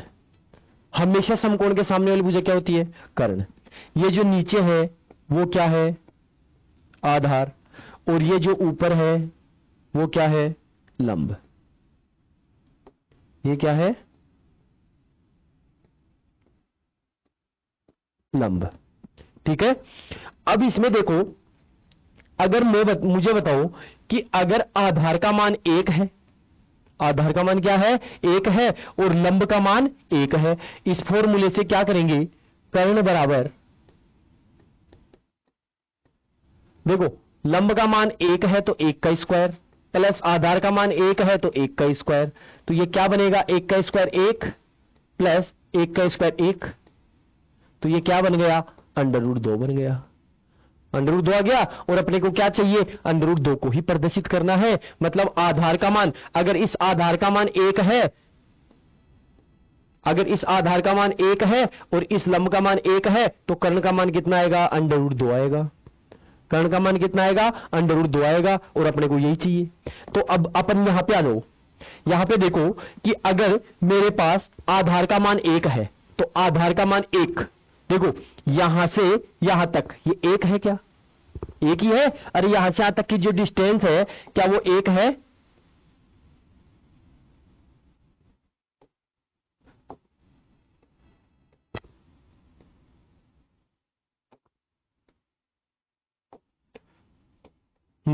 यहां से यहां तक की डिस्टेंस क्या है? 1। ये जो डिस्टेंस है भाई 0 से 1 की डिस्टेंस हो गई, तो इसका मतलब ये क्या हो गया? 1। अब मुझे क्या करना है? ये मेरा आधार हो गया। अब मुझे इस पॉइंट पे 90 डिग्री का मतलब 90 डिग्री का एंगल, 90 डिग्री का कोण बनाना है। 90 डिग्री का कोण कैसे बनाएंगे? प्रकार से कैसे बनाते हैं? तो आपको क्या करना है, यहां पे प्रकार की नोक रखनी है और पेंसिल को प्रकार को थोड़ा सा ओपन कर लेना है। अपनी मर्जी से आप कितना भी कर सकते हो। ओपन करके आपको क्या करना है? एक आपको अर्धवर्त बना देना है। मतलब उसको, ये जो 1 है इससे आधे से ज्यादा ओपन करके और एक ऐसे अर्धवर्त बना देना है। बना दिया। इसके बाद में क्या करना है? प्रकार को यहां पे, प्रकार की नोक यहां पे रखनी है। इसके बाद में एक आपको क्या कर देना है? अर्धवर्त बना देना है। अब आपको क्या करना है कि इस पॉइंट पे, ये जो पॉइंट है, इस पॉइंट से इस पॉइंट पर ये जो आपने आर्क किया है, मतलब ये जो चाप काटा है या फिर ये अर्धवर्त बनाया है, इसके ऊपर आपको क्या करने हैं? चाप काटने हैं। तो पहला चाप यहां से, प्रकार को जितना यहां से ओपन कर रहे हो उसके बाद में आपको हिलाना नहीं है। प्रकार उतना ही ओपन रहना चाहिए, उतना ही खुला हुआ होना चाहिए। तो एक बार इसको जितना यहां से आपने खोल लिया और ऐसे घुमा दिया, उसके बाद में उसको हिलाना नहीं है। उसके बाद में क्या करना है? प्रकार को यहां से उठाना है और यहां पे रखना है और आपको एक चाप काट देना है। दूसरा चाप आपको यहां से प्रकार रख के और यहां पे काट देना है। ये जो पहला चाप करता है वो हमेशा 60 डिग्री पे करता है और ये जो दूसरा चाप करता है वो हमेशा 90 डिग्री पे करता है। समझ गए? हाँ, तो अब यहां से अगर मैं इस चाप को इस पॉइंट से मिलाऊंगा तो यहां पे 60 डिग्री का कोण बनेगा, और अगर इसको इससे मिलाऊंगा तो ये 120 डिग्री का कोण बनेगा। अब जो 90 डिग्री का कोण है वो क्या होता है? 60 और 120 के बीच में होता है। तो अपन क्या करेंगे?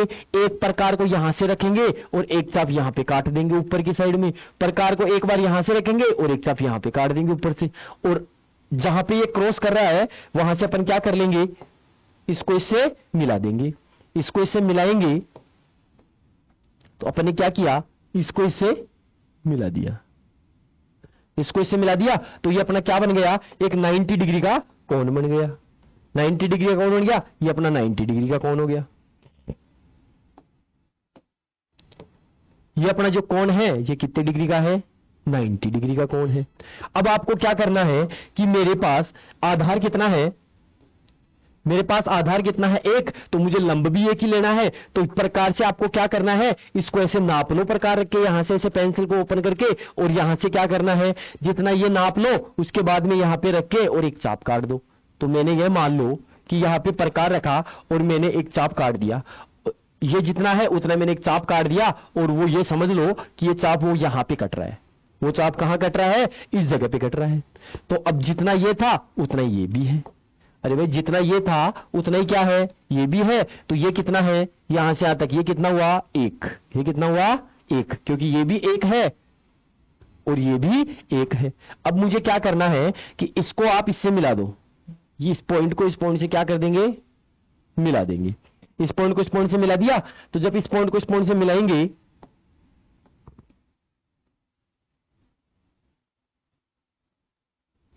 इस पॉइंट को इस पॉइंट से मिला दिया, तो ये जो रेखा है, ये रेखा, ये कर्ण, क्योंकि ये 90 डिग्री और 90 डिग्री के सामने वाली रेखा क्या होती है? कर्ण होती है। तो ये जो रेखा है ये क्या आ गई? √2 आ गई। ये जो है ये क्या आ गया? ये है अपना √2। ये जो रेखा है वो है √2। ये √2 हो गया। मतलब ये जो रेखा है ये कितनी है अपनी? √2।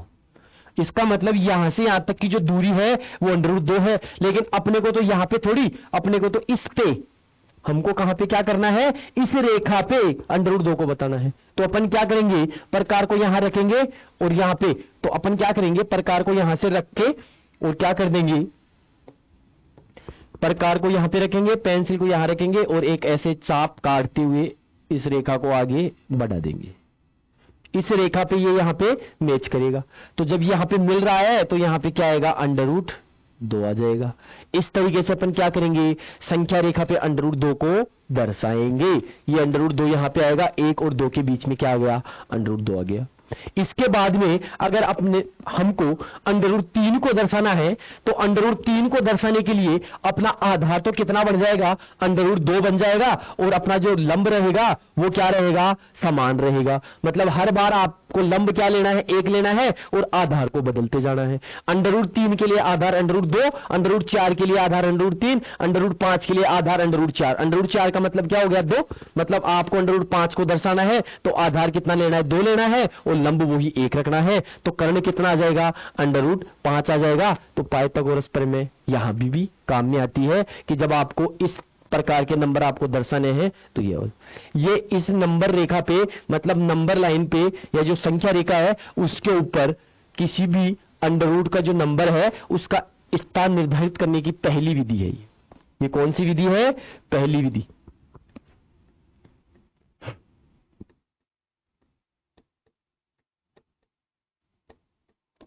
इसी की अपन दूसरी विधि पढ़ेंगे। तो इसकी जो दूसरी विधि है वो क्या है, वो देखो।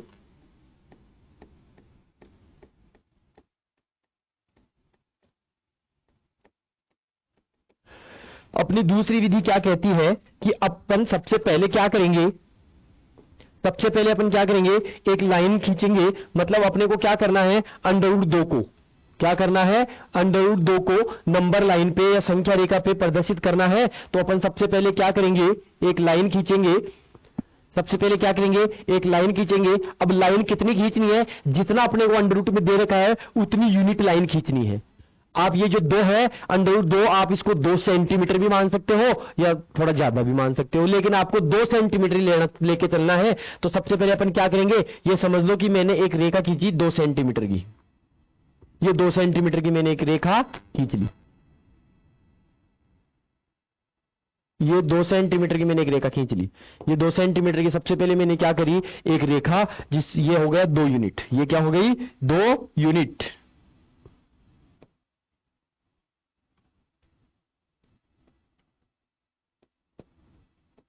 दो सेंटीमीटर या 2 यूनिट। अब इसके बाद में क्या करना है, सभी क्वेश्चंस में ऐसे ही करना है कि एक बार ये खींच ली, इसके बाद में आपको क्या करना है, हाँ, इसके बाद में आपको क्या करना है, 2 के बाद में हमेशा सभी क्वेश्चंस में 1 सेंटीमीटर की रेखा और खींचनी है। वो कहां से खींचनी है, इसके लास्ट पॉइंट से खींचनी है। ये मैंने 1 सेंटीमीटर की रेखा और खींच दी।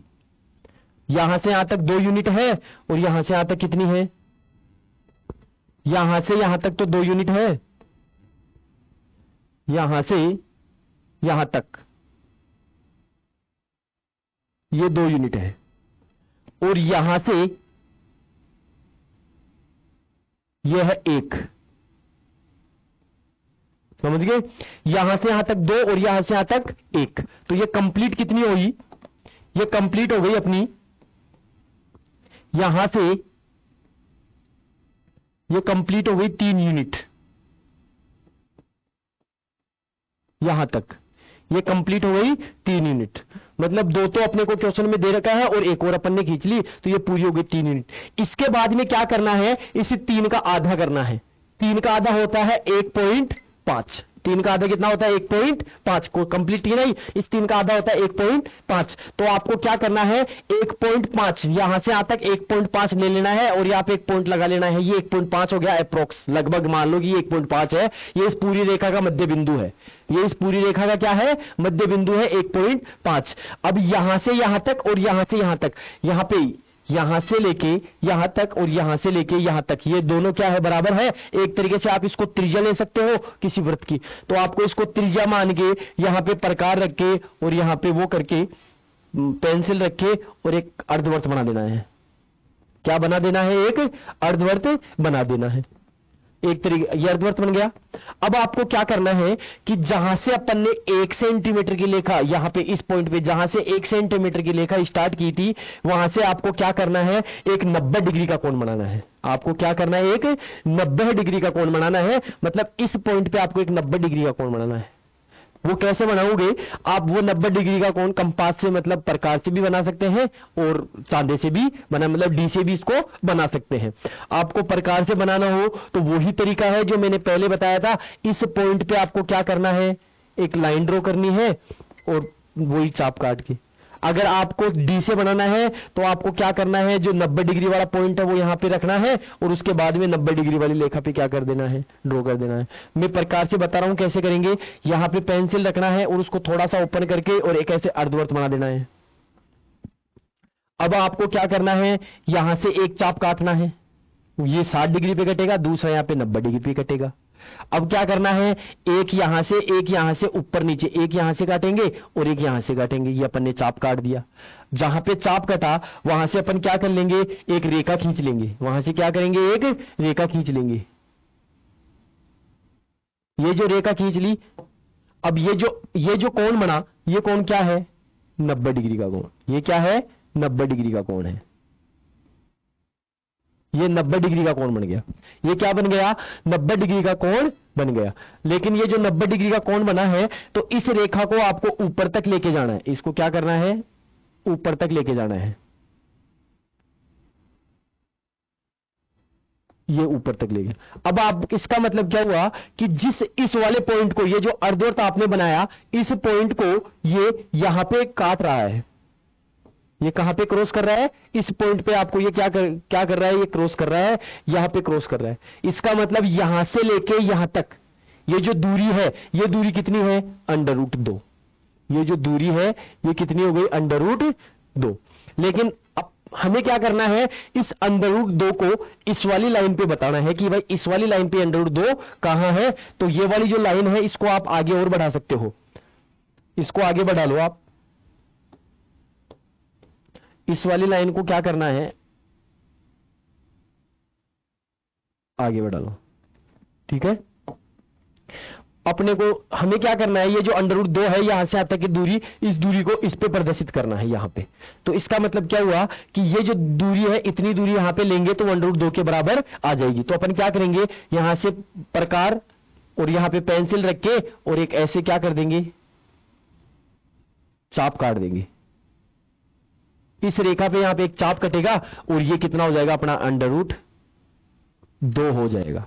ये अपना कितना हो जाएगा, √2। क्योंकि यहां से, इसका मतलब यहां से यहां तक एक डिस्टेंस थी, यहां से यहां तक कितनी थी, एक। मतलब ये तो कितनी थी, यहां से लेके यहां तक एक, ये एक है ना। और इसके बाद में यहां पे क्या आ जाएगा, 2।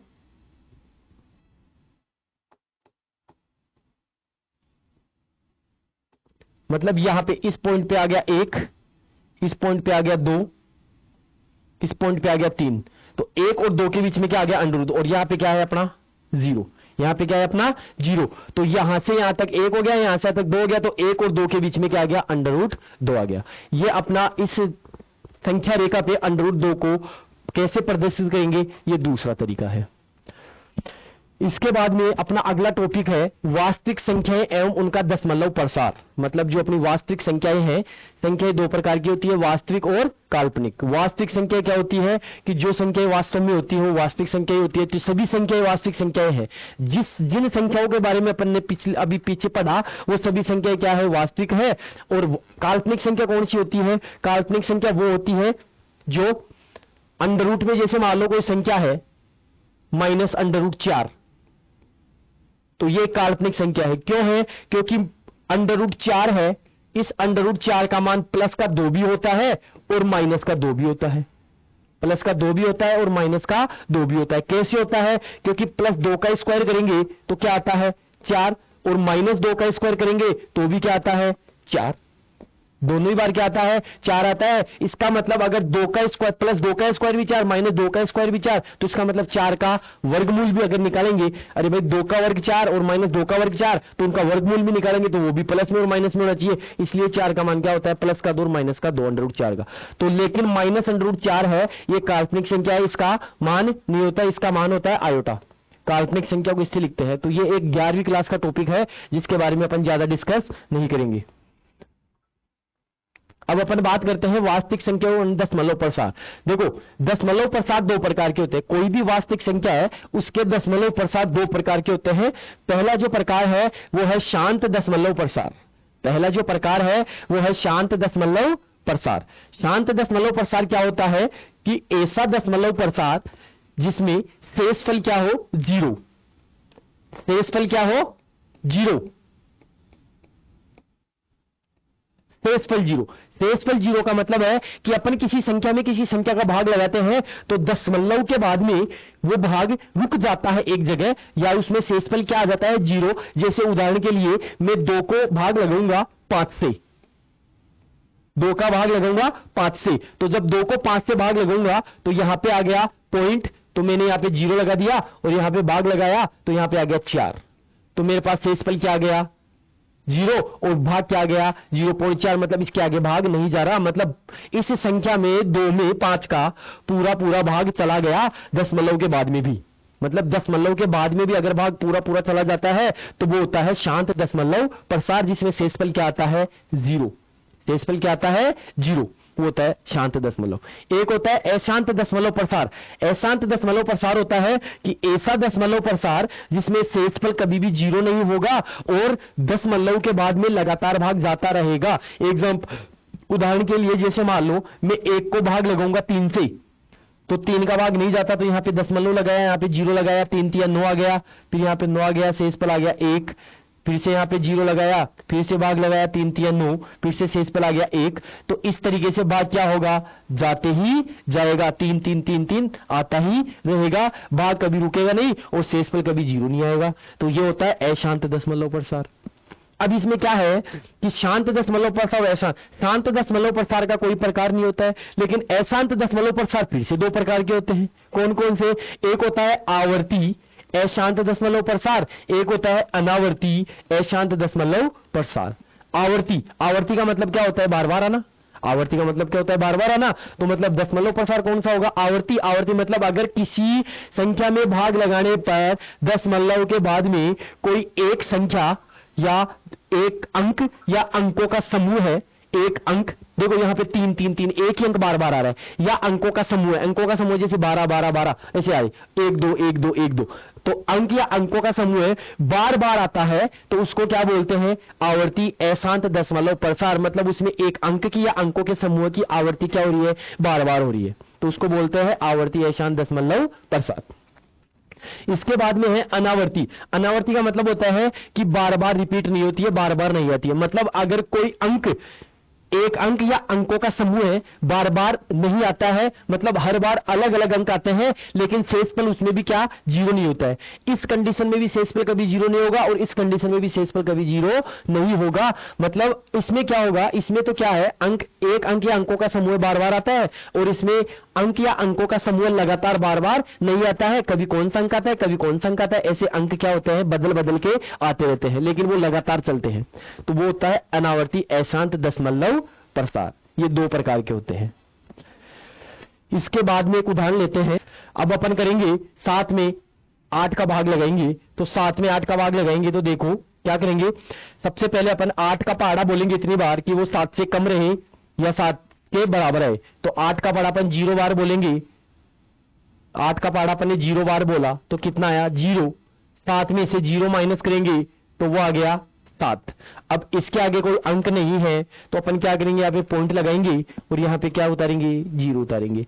अब 8 का पहाड़ा इतनी बार बोलेंगे कि वो 70 से कम रहे या 70 के बराबर है, तो 8 8 8 1 64, 8 को 8 से मल्टीप्लाई करेंगे, 8 का पहाड़ा 8 बार बोलेंगे तो कितना आता है, 64। तो 8 8 64,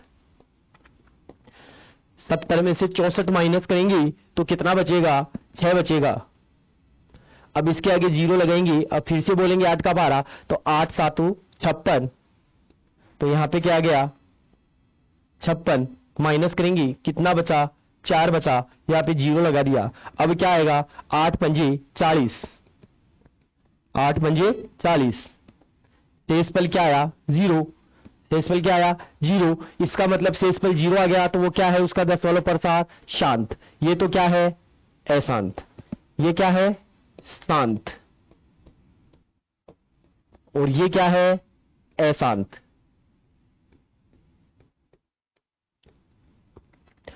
इसके बाद में क्या है, 1 को 7 से भाग लगाएंगे, तो 1 को 7 से भाग लगाओ, क्या करेंगे, 1 का भाग 1 में 7 का भाग लगाएंगे,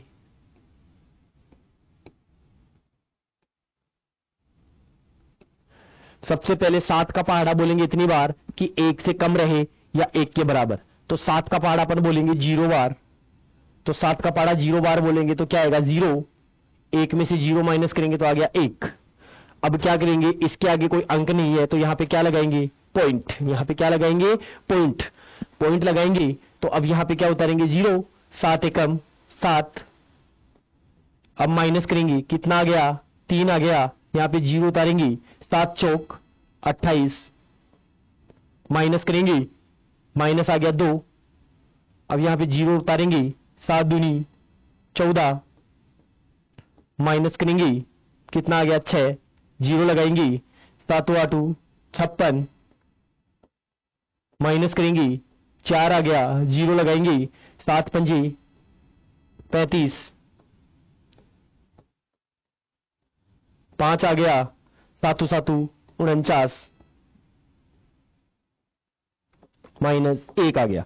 अब देखो अपन ने क्या किया था, 1 से भाग लगाना स्टार्ट किया था और वापस 1 आ गया, इसका मतलब अब वापस से 1 में किसका भाग लगाएंगे, 7 का लगाएंगे। इसका मतलब क्या हुआ कि अगर अपन दोबारा बार 1 में 7 का, देखो यहां से 1 में 7 का भाग लगाना स्टार्ट किया था, वापस 1 आ गया, इसका मतलब क्या हुआ कि अगर अपन दोबारा भाग लगाएंगे तो यही अंक वापस से क्या हो जाएंगे, रिपीट हो जाएंगे, मतलब यही रिपीट होते रहेंगे। इसका मतलब ये क्या हुआ, आवर्ती दशमलव प्रसार। आवर्ती दशमलव प्रसार का मतलब इतने सारे अंकों की आवर्ती बार बार हो रही है, तो मैं इसको क्या लिख सकता हूं, 0.142857 और इसके ऊपर क्या लगा सकता हूं, बार।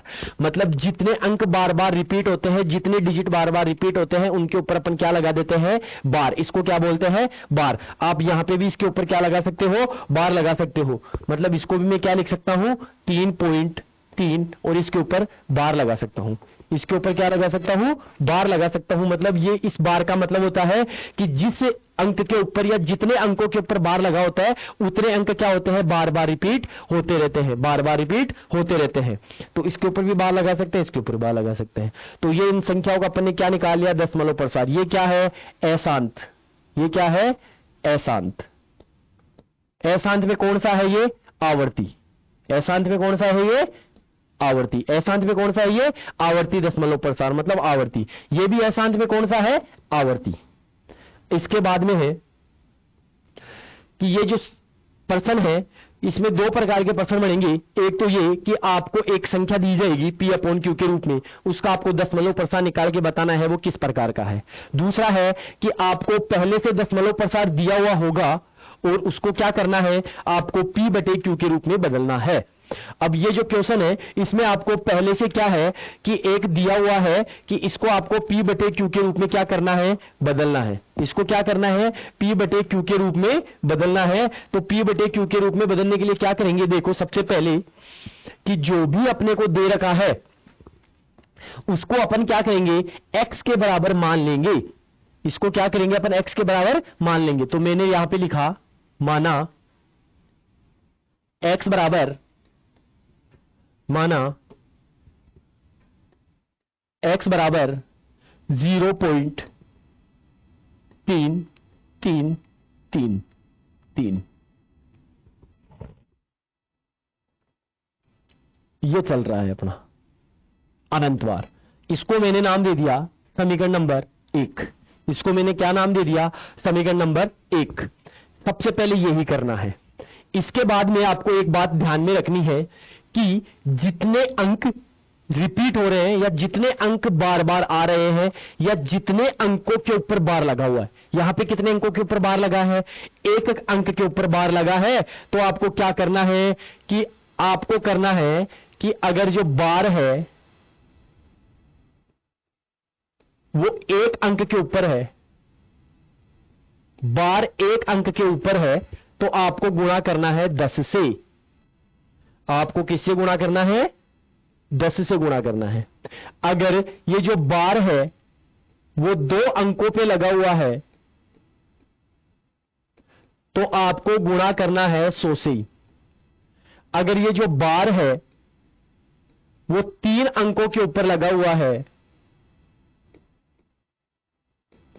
तो गुणा करना है 1000 से।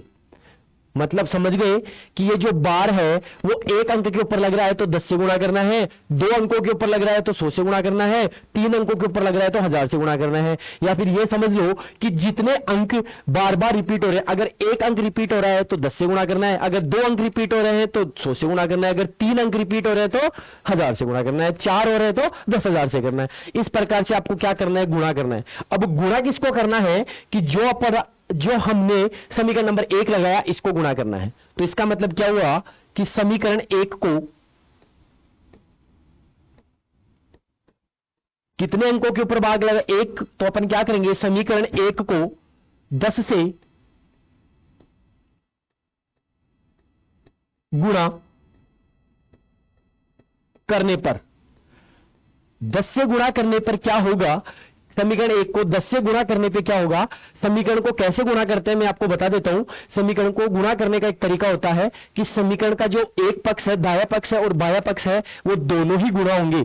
अगर मैं इस समीकरण को 10 से गुणा कर रहा हूं तो इसका मतलब ये जो बायां पक्ष है LHS है वो भी गुणा होगा और जो दायां पक्ष है RHS वो भी गुणा होगा, क्योंकि समीकरण का मतलब होता है कि उसके दोनों भाग क्या होने चाहिए, बराबर होने चाहिए। तो अगर मैं किसी एक भाग को ही गुणा कर दूंगा तो फिर वो दोनों भाग बराबर नहीं रहेंगे। लेकिन समीकरण अपने को क्या करना है, लास्ट तक बराबर लेके चलना है। तो बराबर लेके चलने के लिए अब मैं क्या करूंगा, दोनों पक्षों को 10 से गुणा करूंगा। तो जब मैं इसको 10 से गुणा करूंगा तो ये बन जाएगा 10x, और जब मैं इसको 10 से गुणा करूंगा तो देखो 10 पे यहां पे जीरो कितना है, 1 जीरो है, तो इसका मतलब ये जो दशमलव है वो 1 अंक आगे चला जाएगा। अगर 2 जीरो है तो 2 अंक आगे चला जाएगा, 3 जीरो है तो 3 अंक आगे चला जाएगा, तो ये दशमलव 1 अंक आगे चला जाएगा, तो ये बढ़ जाएगा 3.333, वापस से ये बन जाएगा और इसको मैं नाम दूंगा समीकरण नंबर 2। ये ऐसा, इस प्रकार के सभी प्रश्नों में ऐसा ही करना है। अब इसके बाद में क्या करना है, समीकरण 2 में से 1 को माइनस करना है। तो क्या लिखेंगे, समीकरण 2 माइनस समीकरण 1 से, मतलब आपने क्या किया, समीकरण 2 में से 1 को क्या करेंगे, घटाएंगे। हमेशा सभी क्वेश्चन, सभी प्रश्न में ऐसा ही करना है कि 2 में से 1 को ही माइनस करेंगे। अब 2 में से 1 को माइनस कैसे होगा, समीकरण को माइनस करने का तरीका क्या है कि समीकरण के बाएं पक्ष में से, एक समीकरण के बाएं पक्ष में से दूसरे समीकरण का बायां पक्ष माइनस होगा और एक समीकरण के दाएं पक्ष में से दूसरे समीकरण का दायां पक्ष माइनस होगा। तो आपको क्या करना है, इधर 10x में से माइनस करेंगे x को और इधर क्या करना है, 3.333 इसमें से माइनस करना है 0.333, इसको माइनस करना है, इसको क्या करना है, माइनस करना है।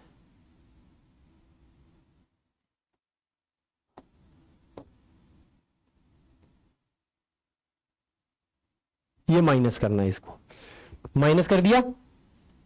एक बार मैं इसको दोबारा लिख देता हूं, ये माइनस दिख रहा नहीं है, देखो ये माइनस, फिर यहां पे आएगा 0.333, ये माइनस कर दिया। देखो 10x में से x माइनस करेंगे तो क्या बचेगा, 9x। इधर 3 पॉइंट, इसमें से देखो पॉइंट के बाद में 3 इधर लिख लो आप। कैसे माइनस करेंगे कि 3.333 ये ऐसे चल रहा है, इसमें से माइनस करेंगे 0.333 माइनस, इधर 0 0 0, इधर भी क्या रहेगा 0 0.3 में से 0 माइनस करेंगे तो 3, मतलब अपने पास क्या बचा, 3 बच गया। इधर क्या बच गया, 3 बच गया। इधर क्या बच गया, 3 बच गया। तो अब ये हो गया 3। अब क्या करेंगे, इस 9 का इधर क्या कर देंगे, पक्षांतर कर देंगे, तो x बराबर क्या हो जाएगा, 3/9, और इसको हल करेंगे अपन, x बराबर 3 एकम 3 और 3 तिया 9, यह आ गया 1/3, यह आ गया 1/3। 3। ये क्या आ गया 1/3। ये अपना क्या आ गया आंसर आ गया 1/3। देखो अपन ने x क्या माना था 0.3333 और x का मान क्या है 1/3। इसका मतलब क्या हुआ कि ये जो x है वो और ये जो x है वो दोनों बराबर है। इसका मतलब क्या हुआ कि अगर एक को मैं 3 से भाग लगाऊंगा तो उसका मान क्या आएगा यही आएगा। तो अपन ने क्या किया कि ये जो 0.333 चल रहा था उसको अपन ने p/q के रूप में क्या कर लिया व्यक्त कर दिया। इसके बाद में है अगला क्वेश्चन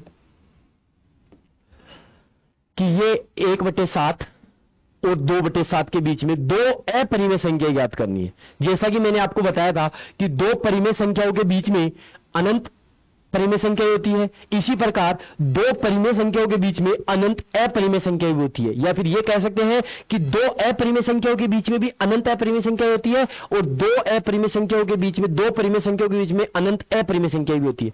यहां पे क्या है कि ये दोनों परिमेय संख्याएं हैं, ये दोनों क्या है परिमेय संख्याएं हैं और इसके बीच में अपने को क्या निकालना है अपरिमेय संख्या निकालनी है। तो चाहे वो अपरिमेय हो या परिमेय हो, कोई भी दो परिमेय संख्याओं के बीच में अनंत परिमेय संख्या भी होती है और अनंत अपरिमेय संख्या भी होती है। तो अपने को क्या करना है इनके बीच में वो ज्ञात करना है।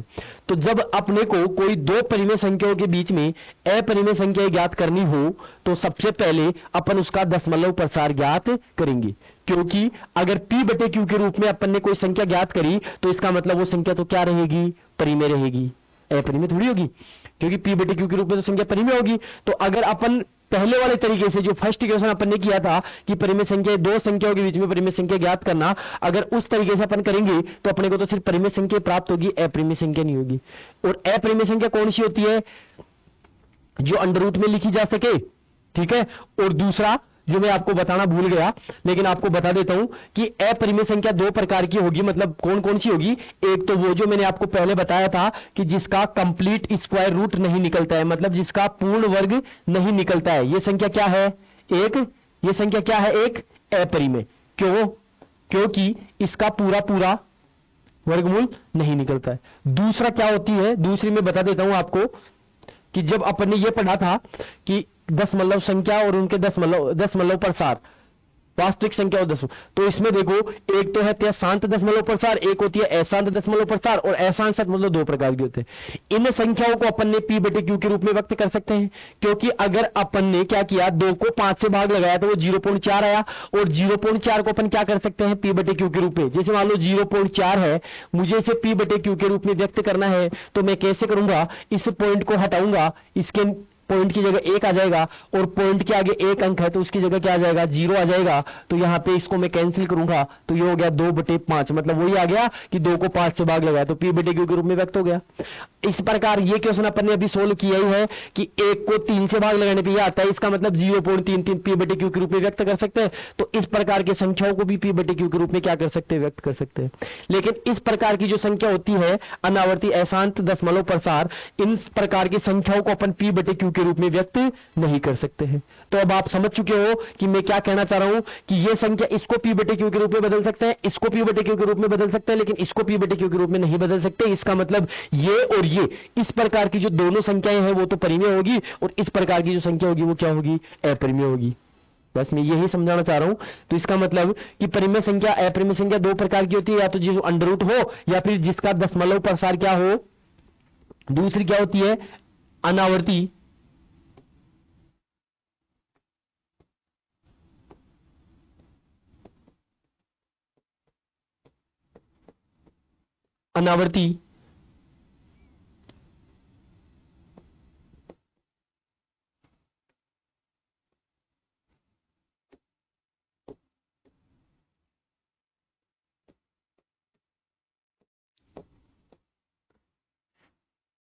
अनावर्ती अशांत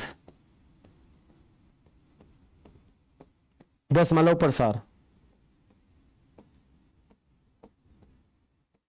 इस प्रकार की जो संख्या होगी वो भी क्या होगी अपरिमेय होगी। मतलब जिसका दशमलव प्रसार अनावर्ती अशांत दशमलव प्रसार है, उदाहरण के लिए 1.31428515 1 7 4 2, मतलब कोई भी अंक बार बार रिपीट नहीं, हर बार अलग अलग अंक आ रहा है, तो इस प्रकार का जो प्रसार होगा वो क्या होगा, अपरिमेय होगा। तो अपने को जब दो परिमेय संख्याओं के बीच में अपरिमेय संख्या ज्ञात करनी है, तो उसके लिए अपने को क्या ज्ञात करना है, सबसे पहले आपको दशमलव प्रसार ज्ञात करना पड़ेगा। तो देखो 1/7 का दशमलव प्रसार क्या होगा, अभी पीछे वाले क्वेश्चन में अपन ने निकाला था, 1/7 का दशमलव प्रसार क्या होता है, 0.142857। 1/7 का दशमलव प्रसार क्या होता है, 0.142857।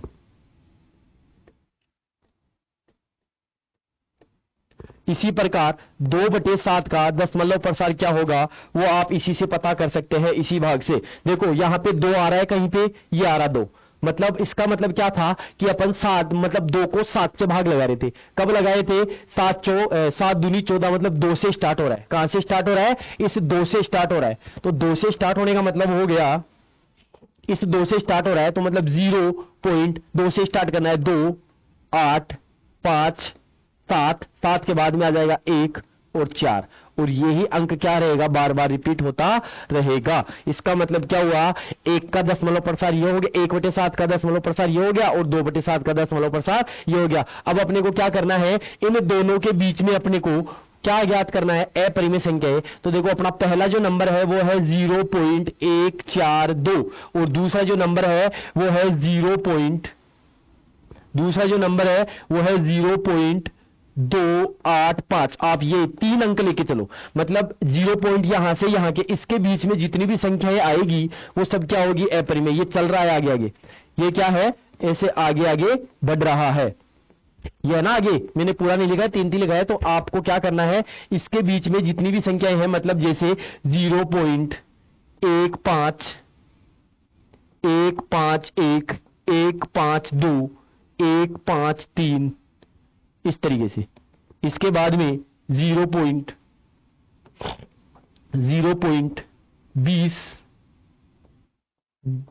200 2000 ये चल रहा है। मतलब क्या हुआ, 15 15 11 52 15 3, मतलब कोई भी अंक बार बार रिपीट नहीं हो रहा है, मतलब एक लगातार रिपीट नहीं हो रहा है। यहाँ पे पहले क्या आ रहा है, 151 आ रहा है, फिर 511 है, फिर कुछ भी मान लो 15 15 11 52 15 अलग अलग, और यहाँ पे आ रहा है 20 200 2000, मतलब कोई भी सीरीज बार बार एक समान अंक की या समान अंकों का समूह बार बार प्रदर्शित नहीं हो रहा है। तो इसका मतलब ये दोनों क्या है, ये दोनों संख्याएं इनके बीच की क्या है, अपरिमेय संख्याएं हैं। इनके बीच की क्या है, ये अपरिमेय संख्या है। देखो 14 से 28 तक के बीच में, 15 से कुछ भी ले सकते हो, 15 16 17 18 19 20 21 22 23 कितना भी ले सकते हो आप। तो ये इसके बीच की अपरिमेय संख्या ये है। इसके बाद में अपना अगला टॉपिक है वास्तविक संख्याओं पर संक्रियाएं। वास्तविक संख्याओं पे संक्रियाओं का मतलब यह है कि संक्रियाएं मतलब जोड़ बाकी गुणा भाग। मतलब आपने क्या किया, पहले वाली क्लासों में प्राकृत संख्या, पूर्ण संख्या, पूर्णांक संख्याएं, परिमेय संख्या, अपरिमेय संख्या, इनके जोड़ बाकी गुणा भाग आपने कर लिए। अब अपन करेंगे जो अपरिमेय संख्याएं होती है, मतलब जो अंडर रूट वाली संख्या होती है, उनका जोड़ बाकी गुणा भाग करेंगे। देखो इसमें सबसे पहले है, जांच कीजिए कि, एक क्वेश्चन है, उदाहरण है, जांच कीजिए कि इनमें से कौन सी संख्या परिमेय है और कौन सी संख्या अपरिमेय है, मतलब अपरिमेय है या नहीं है। तो सबसे पहले अपन बात करते हैं 7√2 की। सबसे पहले अपन बात करते हैं 7√5, क्या ये परिमेय है? ये अपरिमेय संख्या है। ये क्या है, अपरिमेय संख्या है। दूसरी √2 + 21, ये भी क्या है, एक अपरिमेय संख्या है। अगला है 7√5, ये भी क्या है, एक अपरिमेय संख्या है। अगला है π-2, ये भी क्या है, एक अपरिमेय संख्या है। अब ये अपरिमेय क्यों है, ये अपन नेक्स्ट पढ़ेंगे। ये सभी अपरिमेय क्यों है वो अपन अगले टॉपिक में है। ये रहा, इससे कैसे पता चल रहा है कि आपको बता दूं कि अगर कोई भी दो परिमेय संख्याओं को, सबसे पहले अपन जोड़ और घटाव की संक्रिया पढ़ेंगे, मतलब जोड़ की और घटाव की। इससे पहले वाले में जोड़ और घटाव की, देखो ये आ रहा है, ये रहा जोड़ और घटाव, जोड़ और घटाव, मतलब जोड़ और बाकी के लिए यहां पे आ रहा है। तो अपन जोड़ और घटाव के लिए ये है सबसे पहले। तो इसमें देखो क्या है कि अगर दो परिमेय संख्याओं को अपन अगर जोड़ते हैं तो उसका मान हमेशा क्या आता है, परिमेय संख्या आता है। कोई भी दो परिमेय संख्याओं को जोड़ के देख लेना, हमेशा क्या आएगी, परिमेय संख्या आएगी। अगला है कि अगर दो परिमेय संख्याओं को अपन माइनस करेंगे तो वो हमेशा क्या आएगी, परिमेय संख्या ही आएगी। इसके बाद है कि अगर एक परिमेय संख्या है और दूसरी अपरिमेय संख्या है, अगर उनको जोड़ते हैं या उनको घटाते हैं, कोई भी एक परिमेय और एक अपरिमेय संख्याओं को जोड़ते हैं या घटाते हैं तो हमेशा क्या आएगी, एक अपरिमेय संख्या आएगी। पीछे आ जाओ, देखो एक तो परिमेय संख्या हो गई और एक अपरिमेय संख्या हो गई, इनको अपन जोड़ रहे हैं तो हमेशा क्या आएगी, अपरिमेय संख्या आएगी। इसलिए एक संख्या क्या है, अपरिमेय है। अब आगे है कि अगर एक अपरिमेय संख्या और एक अपरिमेय संख्या, अगर दो अपरिमेय संख्या ही है, अगर उनको अपन जोड़ते हैं तो हमेशा क्या आएगी, अपरिमेय संख्या आएगी। लेकिन अगर दो अपरिमेय संख्याओं को अपन घटाते हैं तो संख्या अपरिमेय भी आ सकती है और परिमेय भी आ सकती है।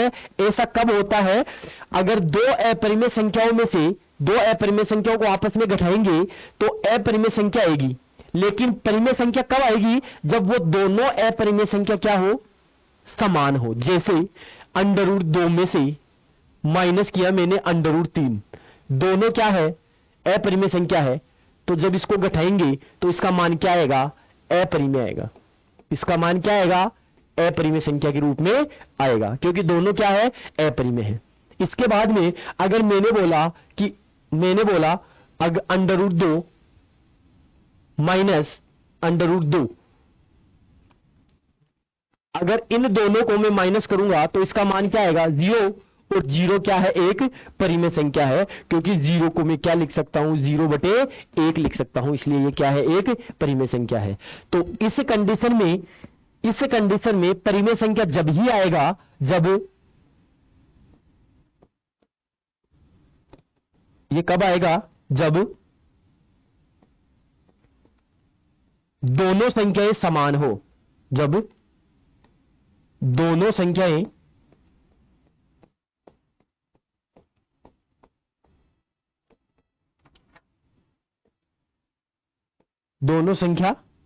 समान हो। ये कब आएगा, जब दोनों संख्या समान हो। इसके बाद में ये तो हो गया जोड़ और घटाव की संक्रिया। इसके बाद में है गुणा और भाग में। देखो गुणा भाग में क्या होता है कि जब दो परिमेय संख्याओं को आपस में गुणा करते हैं या भाग लगाते हैं तो उसका मान हमेशा क्या आएगा, परिमेय आएगा। दूसरा, अगर एक परिमेय और एक अपरिमेय संख्या को आपस में गुणा करते हैं या आपस में भाग लगाते हैं तो हमेशा क्या आएगा, अपरिमेय आएगा। अब पीछे आओ, देखो एक परिमेय संख्या और एक अपरिमेय संख्या, इनको अपन ने क्या किया, आपस में भाग किया तो हमेशा क्या आया, एक अपरिमेय संख्या ही। इसके बाद में है कि अगर दो अपरिमेय संख्याओं को आपस में गुणा करते हैं या आपस में भाग लगाते हैं तो वो अपरिमेय भी हो सकता है और परिमेय भी हो सकता है। और ये वही कंडीशन है जो कंडीशन इसमें है कि परिमेय कब आएगा, जब दोनों समान होंगे। वही कंडीशन इसमें है कि अपरिमेय को गुणा करने पे परिमेय कब आएगा, जब वो दोनों अपरिमेय संख्या क्या हो, समान हो। और दो अपरिमेय संख्याओं को भाग लगाने पे परिमेय कब आएगा, जब वो दोनों समान हो। अगर दोनों समान नहीं है तो हर बार क्या आएगा, अपरिमेय आएगा। अगला टॉपिक है अपना ये क्वेश्चन। इसमें क्या बताना है, इन दोनों को जोड़ना है। दोनों को क्या करना है, जोड़ना है। देखो कैसे जोड़ेंगे, यहां पे लिखा हुआ है 2√2 प्लस 5√3। इसमें अपने को जोड़ना है √2 माइनस 3√3। अब जोड़ने से पहले मैं आपको बता दूं कि जैसे अपन x प्लस वाई, इन दोनों को अपन जोड़ सकते हैं, नहीं जोड़ सकते, क्योंकि दोनों क्या है, अलग अलग है। दोनों क्या है, अलग अलग है। इसी प्रकार यहां पे √2 है और यहां पे √3 है, इन दोनों को भी अपन आपस में नहीं जोड़ सकते क्योंकि ये दोनों क्या है, अलग अलग है। आपको क्या करना है कि ये जो √2 है आप इसको x मान के चलो। आप क्या चलो, x मान के चलो। आपको जोड़ने का बहुत अच्छा तरीका बता रहा हूं कि ये जो √2 है, √2 साइड में आप लिख सकते हो कि जो √2 है आपने इसको क्या माना है, x माना है, और जो √3 है आपने इसको क्या माना है, y माना है। आपने इसको क्या माना है, y माना है। तो आपको क्या करना है, √2 की जगह क्या रखेंगे अपन, x रखेंगे, प्लस 5 और √3 की जगह क्या रखेंगे, y रखेंगे, प्लस √2 की जगह क्या हो जाएगा, x माइनस और 3 की जगह क्या हो जाएगा, y हो जाएगा। अब आपको पता चल जाएगा कि किसमें क्या जोड़ना है और किसमें क्या माइनस करना है, क्योंकि इस प्रकार के प्रश्नों में, ये बीजगणित का क्वेश्चन, इसमें क्या होता है कि जो समान होते हैं वही आपस में जुड़ते हैं। तो देखो, इस 2x में अपन x को जोड़ेंगे तो क्या बनेगा, 3x बन जाएगा, प्लस 5y में से 3y माइनस करेंगे तो क्या बनेगा, 2x में x जोड़ेंगे तो 3x, 5y में से 3y माइनस करेंगे तो क्या बचेगा, प्लस का 2y बचेगा। अब इन दोनों को आपस में जोड़ नहीं सकते, इसका मतलब इसका जोड़ क्या हो गया, कंप्लीट हो गया। अब आपने जो माना था आपने वो वापस यहां पे रख दो। तो 3 और x की जगह क्या रखना है आपको, √2 रखना है, और प्लस यहां पे 2 और y की जगह क्या रखना है, √3 रखना है। ये आपका आंसर हो गया। मतलब क्या हुआ कि 2 √2 और √2, मतलब 2 तो ये हो गया और 1 √2 ये हो गया, तो 2 रे कितना हो गया, 3 √2 हो गए, और 5 √3 में से 3 √3 माइनस किया तो 2 √3 ये हो गया। बस ये सोल्व हो गया। इसके बाद में है हरों का परिमेयकरण। देखो, परिमेयकरण क्या होता है कि कोई भी यहां पे लिखा हुआ है हरों का परिमेयकरण। हरों का मतलब कि अपने पास अंश और हर के रूप में अगर कोई दिन है तो उसमें जो हर है वो एक वो क्या होगी, एक अपरिमेय संख्या होगी। क्या होगी, एक अपरिमेय संख्या होगी। उस अपरिमेय संख्या को अपन क्या करेंगे, परिमेय संख्या में बदलेंगे। उसी को अपन क्या बोलते हैं, परिमेयकरण बोलते हैं। मतलब अगर हर में किसी अपरिमेय संख्या को परिमेय में बदलने के लिए, हर में उपस्थित अपरिमेय संख्या को परिमेय संख्या में बदलना क्या कहलाता है, परिमेयकरण कहलाता है। हर में उपस्थित अपरिमेय संख्या को परिमेय संख्या में बदलना क्या कहलाता है, परिमेयकरण कहलाता है। कैसे करेंगे, देखो अपने पास है 1/√2, इसको कैसे बदलेंगे, आपको क्या करना है कि मैंने आपको उस पहले बताया था कि इसका जो हर है इसको अपने को क्या करना है, परिमेय में बदलना है, परिमेय संख्या में बदलना है। तो परिमेय संख्या में बदलने के लिए क्या करेंगे, अगर मैं इस √2 को सिर्फ 2 बना दूं, √2 को क्या बना दूं, केवल 2 बना दूं, तो वो परिमेय हो जाएगा। इसको 2 बनाने के लिए मुझे क्या करना पड़ेगा, इसकी जगह √4 लाना पड़ेगा, और √4 लाने के लिए मुझे क्या करना पड़ेगा, इसको √2 से गुणा करना पड़ेगा। अगर हर को मैं √2 से गुणा कर रहा हूं तो मुझे अंश को भी √2 से गुणा करना पड़ेगा। इसका मतलब मैं क्या कह सकता हूं कि इस भिन्न के अंश और हर दोनों को, मतलब जो हर में उपस्थित है, इसी नंबर से आपको क्या करना है, ऊपर और नीचे क्या कर देना है, गुणा कर देना है। हर में जो भी उपस्थित है उसी नंबर से आपको ऊपर नीचे क्या कर देना है, गुणा कर देना है। अगर ये माइनस में है तो माइनस से कर देना है, अगर ये माइनस का है तो यहां पे भी माइनस का ले लेंगे, प्लस का है तो प्लस का ले लेंगे। तो जो भी उपस्थित है उसी से आपको ऊपर नीचे क्या कर देना है, गुणा कर देना है। ऐसा करने से क्या होगा, √2 को 1 से गुणा करेंगे तो ये आ गया √2 बटे √2 को √2 से गुणा करेंगे तो ये बन गया √4, और √4 का मान क्या होता है, 2। तो मतलब हर में जो अपने पास हर में √2 था वो किस में बदल गया, केवल 2 में बदल गया। वो किस में बदल गया, 2 में बदल गया। भाई ये 2 था वो किस में बदल गया, 2 में बदल गया। इसका मतलब अगर आप 1 को √2 से भाग लगाओगे तो जो मान आएगा वो ही मान √2 को 2 से भाग लगाने पे आएगा। इस तरीके से अपन क्या कर सकते हैं, हर का परिमेयकरण कर सकते हैं। इसके बाद में है वास्तविक संख्याओं के लिए घातांक नियम। वास्तविक संख्याओं के लिए घातांक नियम। घातांक नियम का मतलब है यहां पे p और q ये कोई परिमेय संख्या है, मतलब ये भिन्न में भी आ सकती है और सिंपल में भी आ सकती है। मतलब ये है, इनको तो बोलते हैं आधार। ये जो a है दोनों जगह, इसको तो अपन क्या बोलेंगे, आधार। ये तो क्या है, आधार बोलते हैं। और ये जो p और q है इनको क्या बोलते हैं, इनको बोलते हैं घातांक। इनको क्या बोलते हैं, घातांक। अपना टॉपिक का नाम भी यही है, घातांक नियम। इनको बोलते हैं घातांक। मतलब जो घात में लगा हुआ है वो घातांक, और जिसके ऊपर घात लग रही है तो जो बेस है वो आधार हो गया।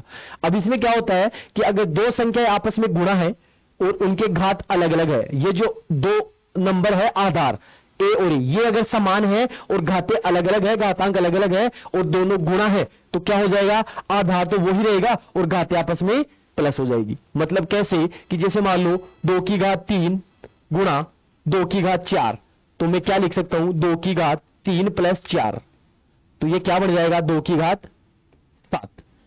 क्योंकि आधार समान है, घातें अलग अलग है, तो आपस में क्या होगी, जुड़ गई, तो 2 की घात 7 बन जाएगा।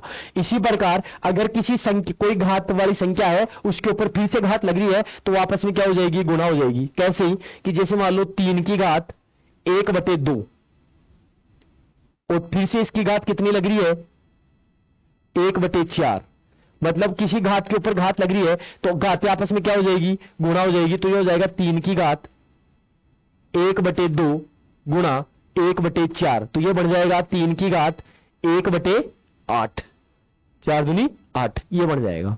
इसके बाद में अगर जैसे ये गुणा में था वैसे भाग में है, आधार समान है और घातें अलग अलग है लेकिन वो भाग में है, तो नीचे वाला जो हर में है वो ऊपर जाके क्या हो जाएगा, मतलब जो नीचे वाले की घात है वो ऊपर जाके क्या हो जाएगी, माइनस हो जाएगी। उदाहरण के लिए जैसे 2 की घात 3 भाग 2 की घात 4, तो इसमें क्या होगा कि 2 की घात 3 माइनस 4, भाई 4 ऊपर जाके हो जाएगा, तो ये हो जाएगा 2 की घात -1।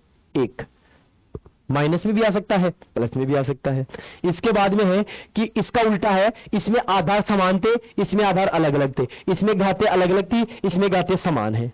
ऐसी कंडीशन में क्या होगा कि जब आधार अलग अलग है, घातें समान है, तो क्या होगा कि जो आधार है वो तो आपस में गुणा हो जाएगा। कि एग्जांपल के लिए बता देता हूं कि जैसे 2 की घात 3 गुणा 3 की घात 3, आधार अलग अलग है, घातें समान है, तो क्या होगा 3 को 2 से गुणा करेंगे तो क्या आएगा 6, और इसके घात कितनी लग जाएगी, 3 लग जाएगी। ये इसका उत्तर आ गया। इस तरीके से सॉल्व कर सकते हैं। इसके बाद में है 1 की घात 0, 1 की घात 0, मतलब अगर किसी संख्या के एक 0 घात लगी हुई है तो उसका मान हमेशा क्या होगा, 1 होगा, चाहे वो संख्या कितनी भी बड़ी हो कितनी भी छोटी हो, चाहे वो कुछ भी हो। 1000 की घात 0, इसका मतलब 1। इसके बाद में है कि अगर नीचे कोई संख्या हर में अगर कोई घात लगी हुई है उसको अपन ऊपर लेके जाएंगे तो वो नेगेटिव मतलब माइनस में हो जाएगी। जैसे 1/3 की घात 3 है, तो इसको अगर मैं ऊपर लेके जाऊंगा तो ये बन जाएगा 3 की घात -3 बन जाएगा। इसी प्रकार इसका उल्टा होगा कि अगर मेरे पास अगर नीचे की साइड में माइनस में कोई है, 3 की घात -3 है, इसको मैं अगर ऊपर लेके जाऊंगा तो ये बढ़ जाएगा 3 की घात 3, ये बढ़ जाएगा प्लस में बढ़ जाएगा। किस में बढ़ जाएगा, प्लस में बढ़ जाएगा।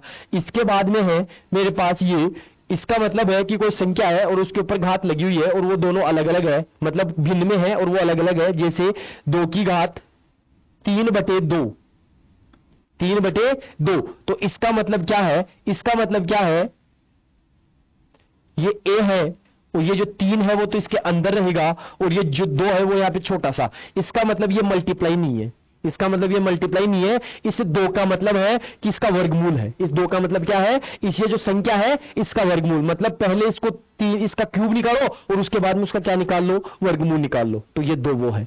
या फिर अपन इसको ऐसे भी लिख सकते हैं कि इसका वर्गमूल तो अपन को निकालना है और इसके घात कितनी लगानी है, ये जो बाहर लगी हुई है वो घात लगानी है। मतलब इस a की जगह क्या करना है, आपको 2 करना है। गलती से मैंने a लिख दिया क्योंकि यहाँ पे मैंने 2 लिया है, तो यहाँ पे आ जाएगा 2 और यहाँ पे आ जाएगा 2। इसका मतलब क्या हुआ कि यहाँ पे आपको क्या करना है, इसका मतलब हो गया 2 का पावर कितनी होती है, 3 का मतलब 8 हो गया, और इसका मतलब भी क्या हो गया कि इसका मतलब है कि ये जो घात या बाल पहले मतलब इसका वर्गमूल निकाल लो फिर उसके 3 घात लगा दो, इसका मान और इसका मान क्या होगा, बराबर होगा। ये होते हैं घातांक नियम। और ये जो चिन्ह है अंडर रूट का चिन्ह, इस अंडर रूट को बोलते हैं रेडियन का चिन्ह। क्या बोलते हैं, रेडियन का चिन्ह। ये क्या है, रेडियन का साइन चिन्ह है। जैसे एक उदाहरण है, इसको क्या करना है, सरल करना है। तो देखो कैसे करेंगे, अपने पास है 2 की घात 2/3 गुणा, इस डॉट का मतलब होता है गुणा, यह है 2 की घात 1/3। अब देखो इसमें ये क्या है, आधार, आधार क्या है, समान। तो जब आधार समान है तो आधार वो का वही रहेगा और गुणा है और घातें आपस में क्या हो जाएगी, जुड़ जाएगी। तो ये हो जाएगा 2/3 प्लस 1/3। आपको क्या करना है, 2 की घात नीचे आधार समान, जब किसी भिन्नों को अपन आप जोड़ते हैं और दोनों में हर समान है तो हर वो का वही आ जाएगा और ऊपर सीधा ऐसा कैसा जुड़ जाएगा। तो ये हो जाएगा 2 की घात 2 और 1 3/3, और जब इसको काटेंगे तो यह हो गया 2 की घात 1 और 2 की घात 1 का मतलब क्या हो गया, 2। ये इसका आंसर आ गया। इस तरीके से ये क्या है, इस तरीके से अपन ने इस चैप्टर में जो भी था वो अपन ने सब कुछ पढ़ लिया है, क्या क्या था। अब मैं नेक्स्ट क्लास में इसकी एक्सरसाइज सोल्व करवाऊंगा, ठीक है। ये अपन ने पूरा चैप्टर अपन ने क्या कर लिया, पढ़ लिया है, इसमें क्या क्या है वो अपन ने समझ लिया है। अब इस बेसिस पे अपन क्या करेंगे, आगे की प्रश्नावलियां सोल्व करेंगे, एक्सरसाइज सोल्व करेंगे। Thank you. मेरे चैनल को सब्सक्राइब करें, ज्यादा से ज्यादा शेयर करें, ऐसे ही क्लासें मैं आपके लिए लाता रहूंगा। थैंक यू, धन्यवाद।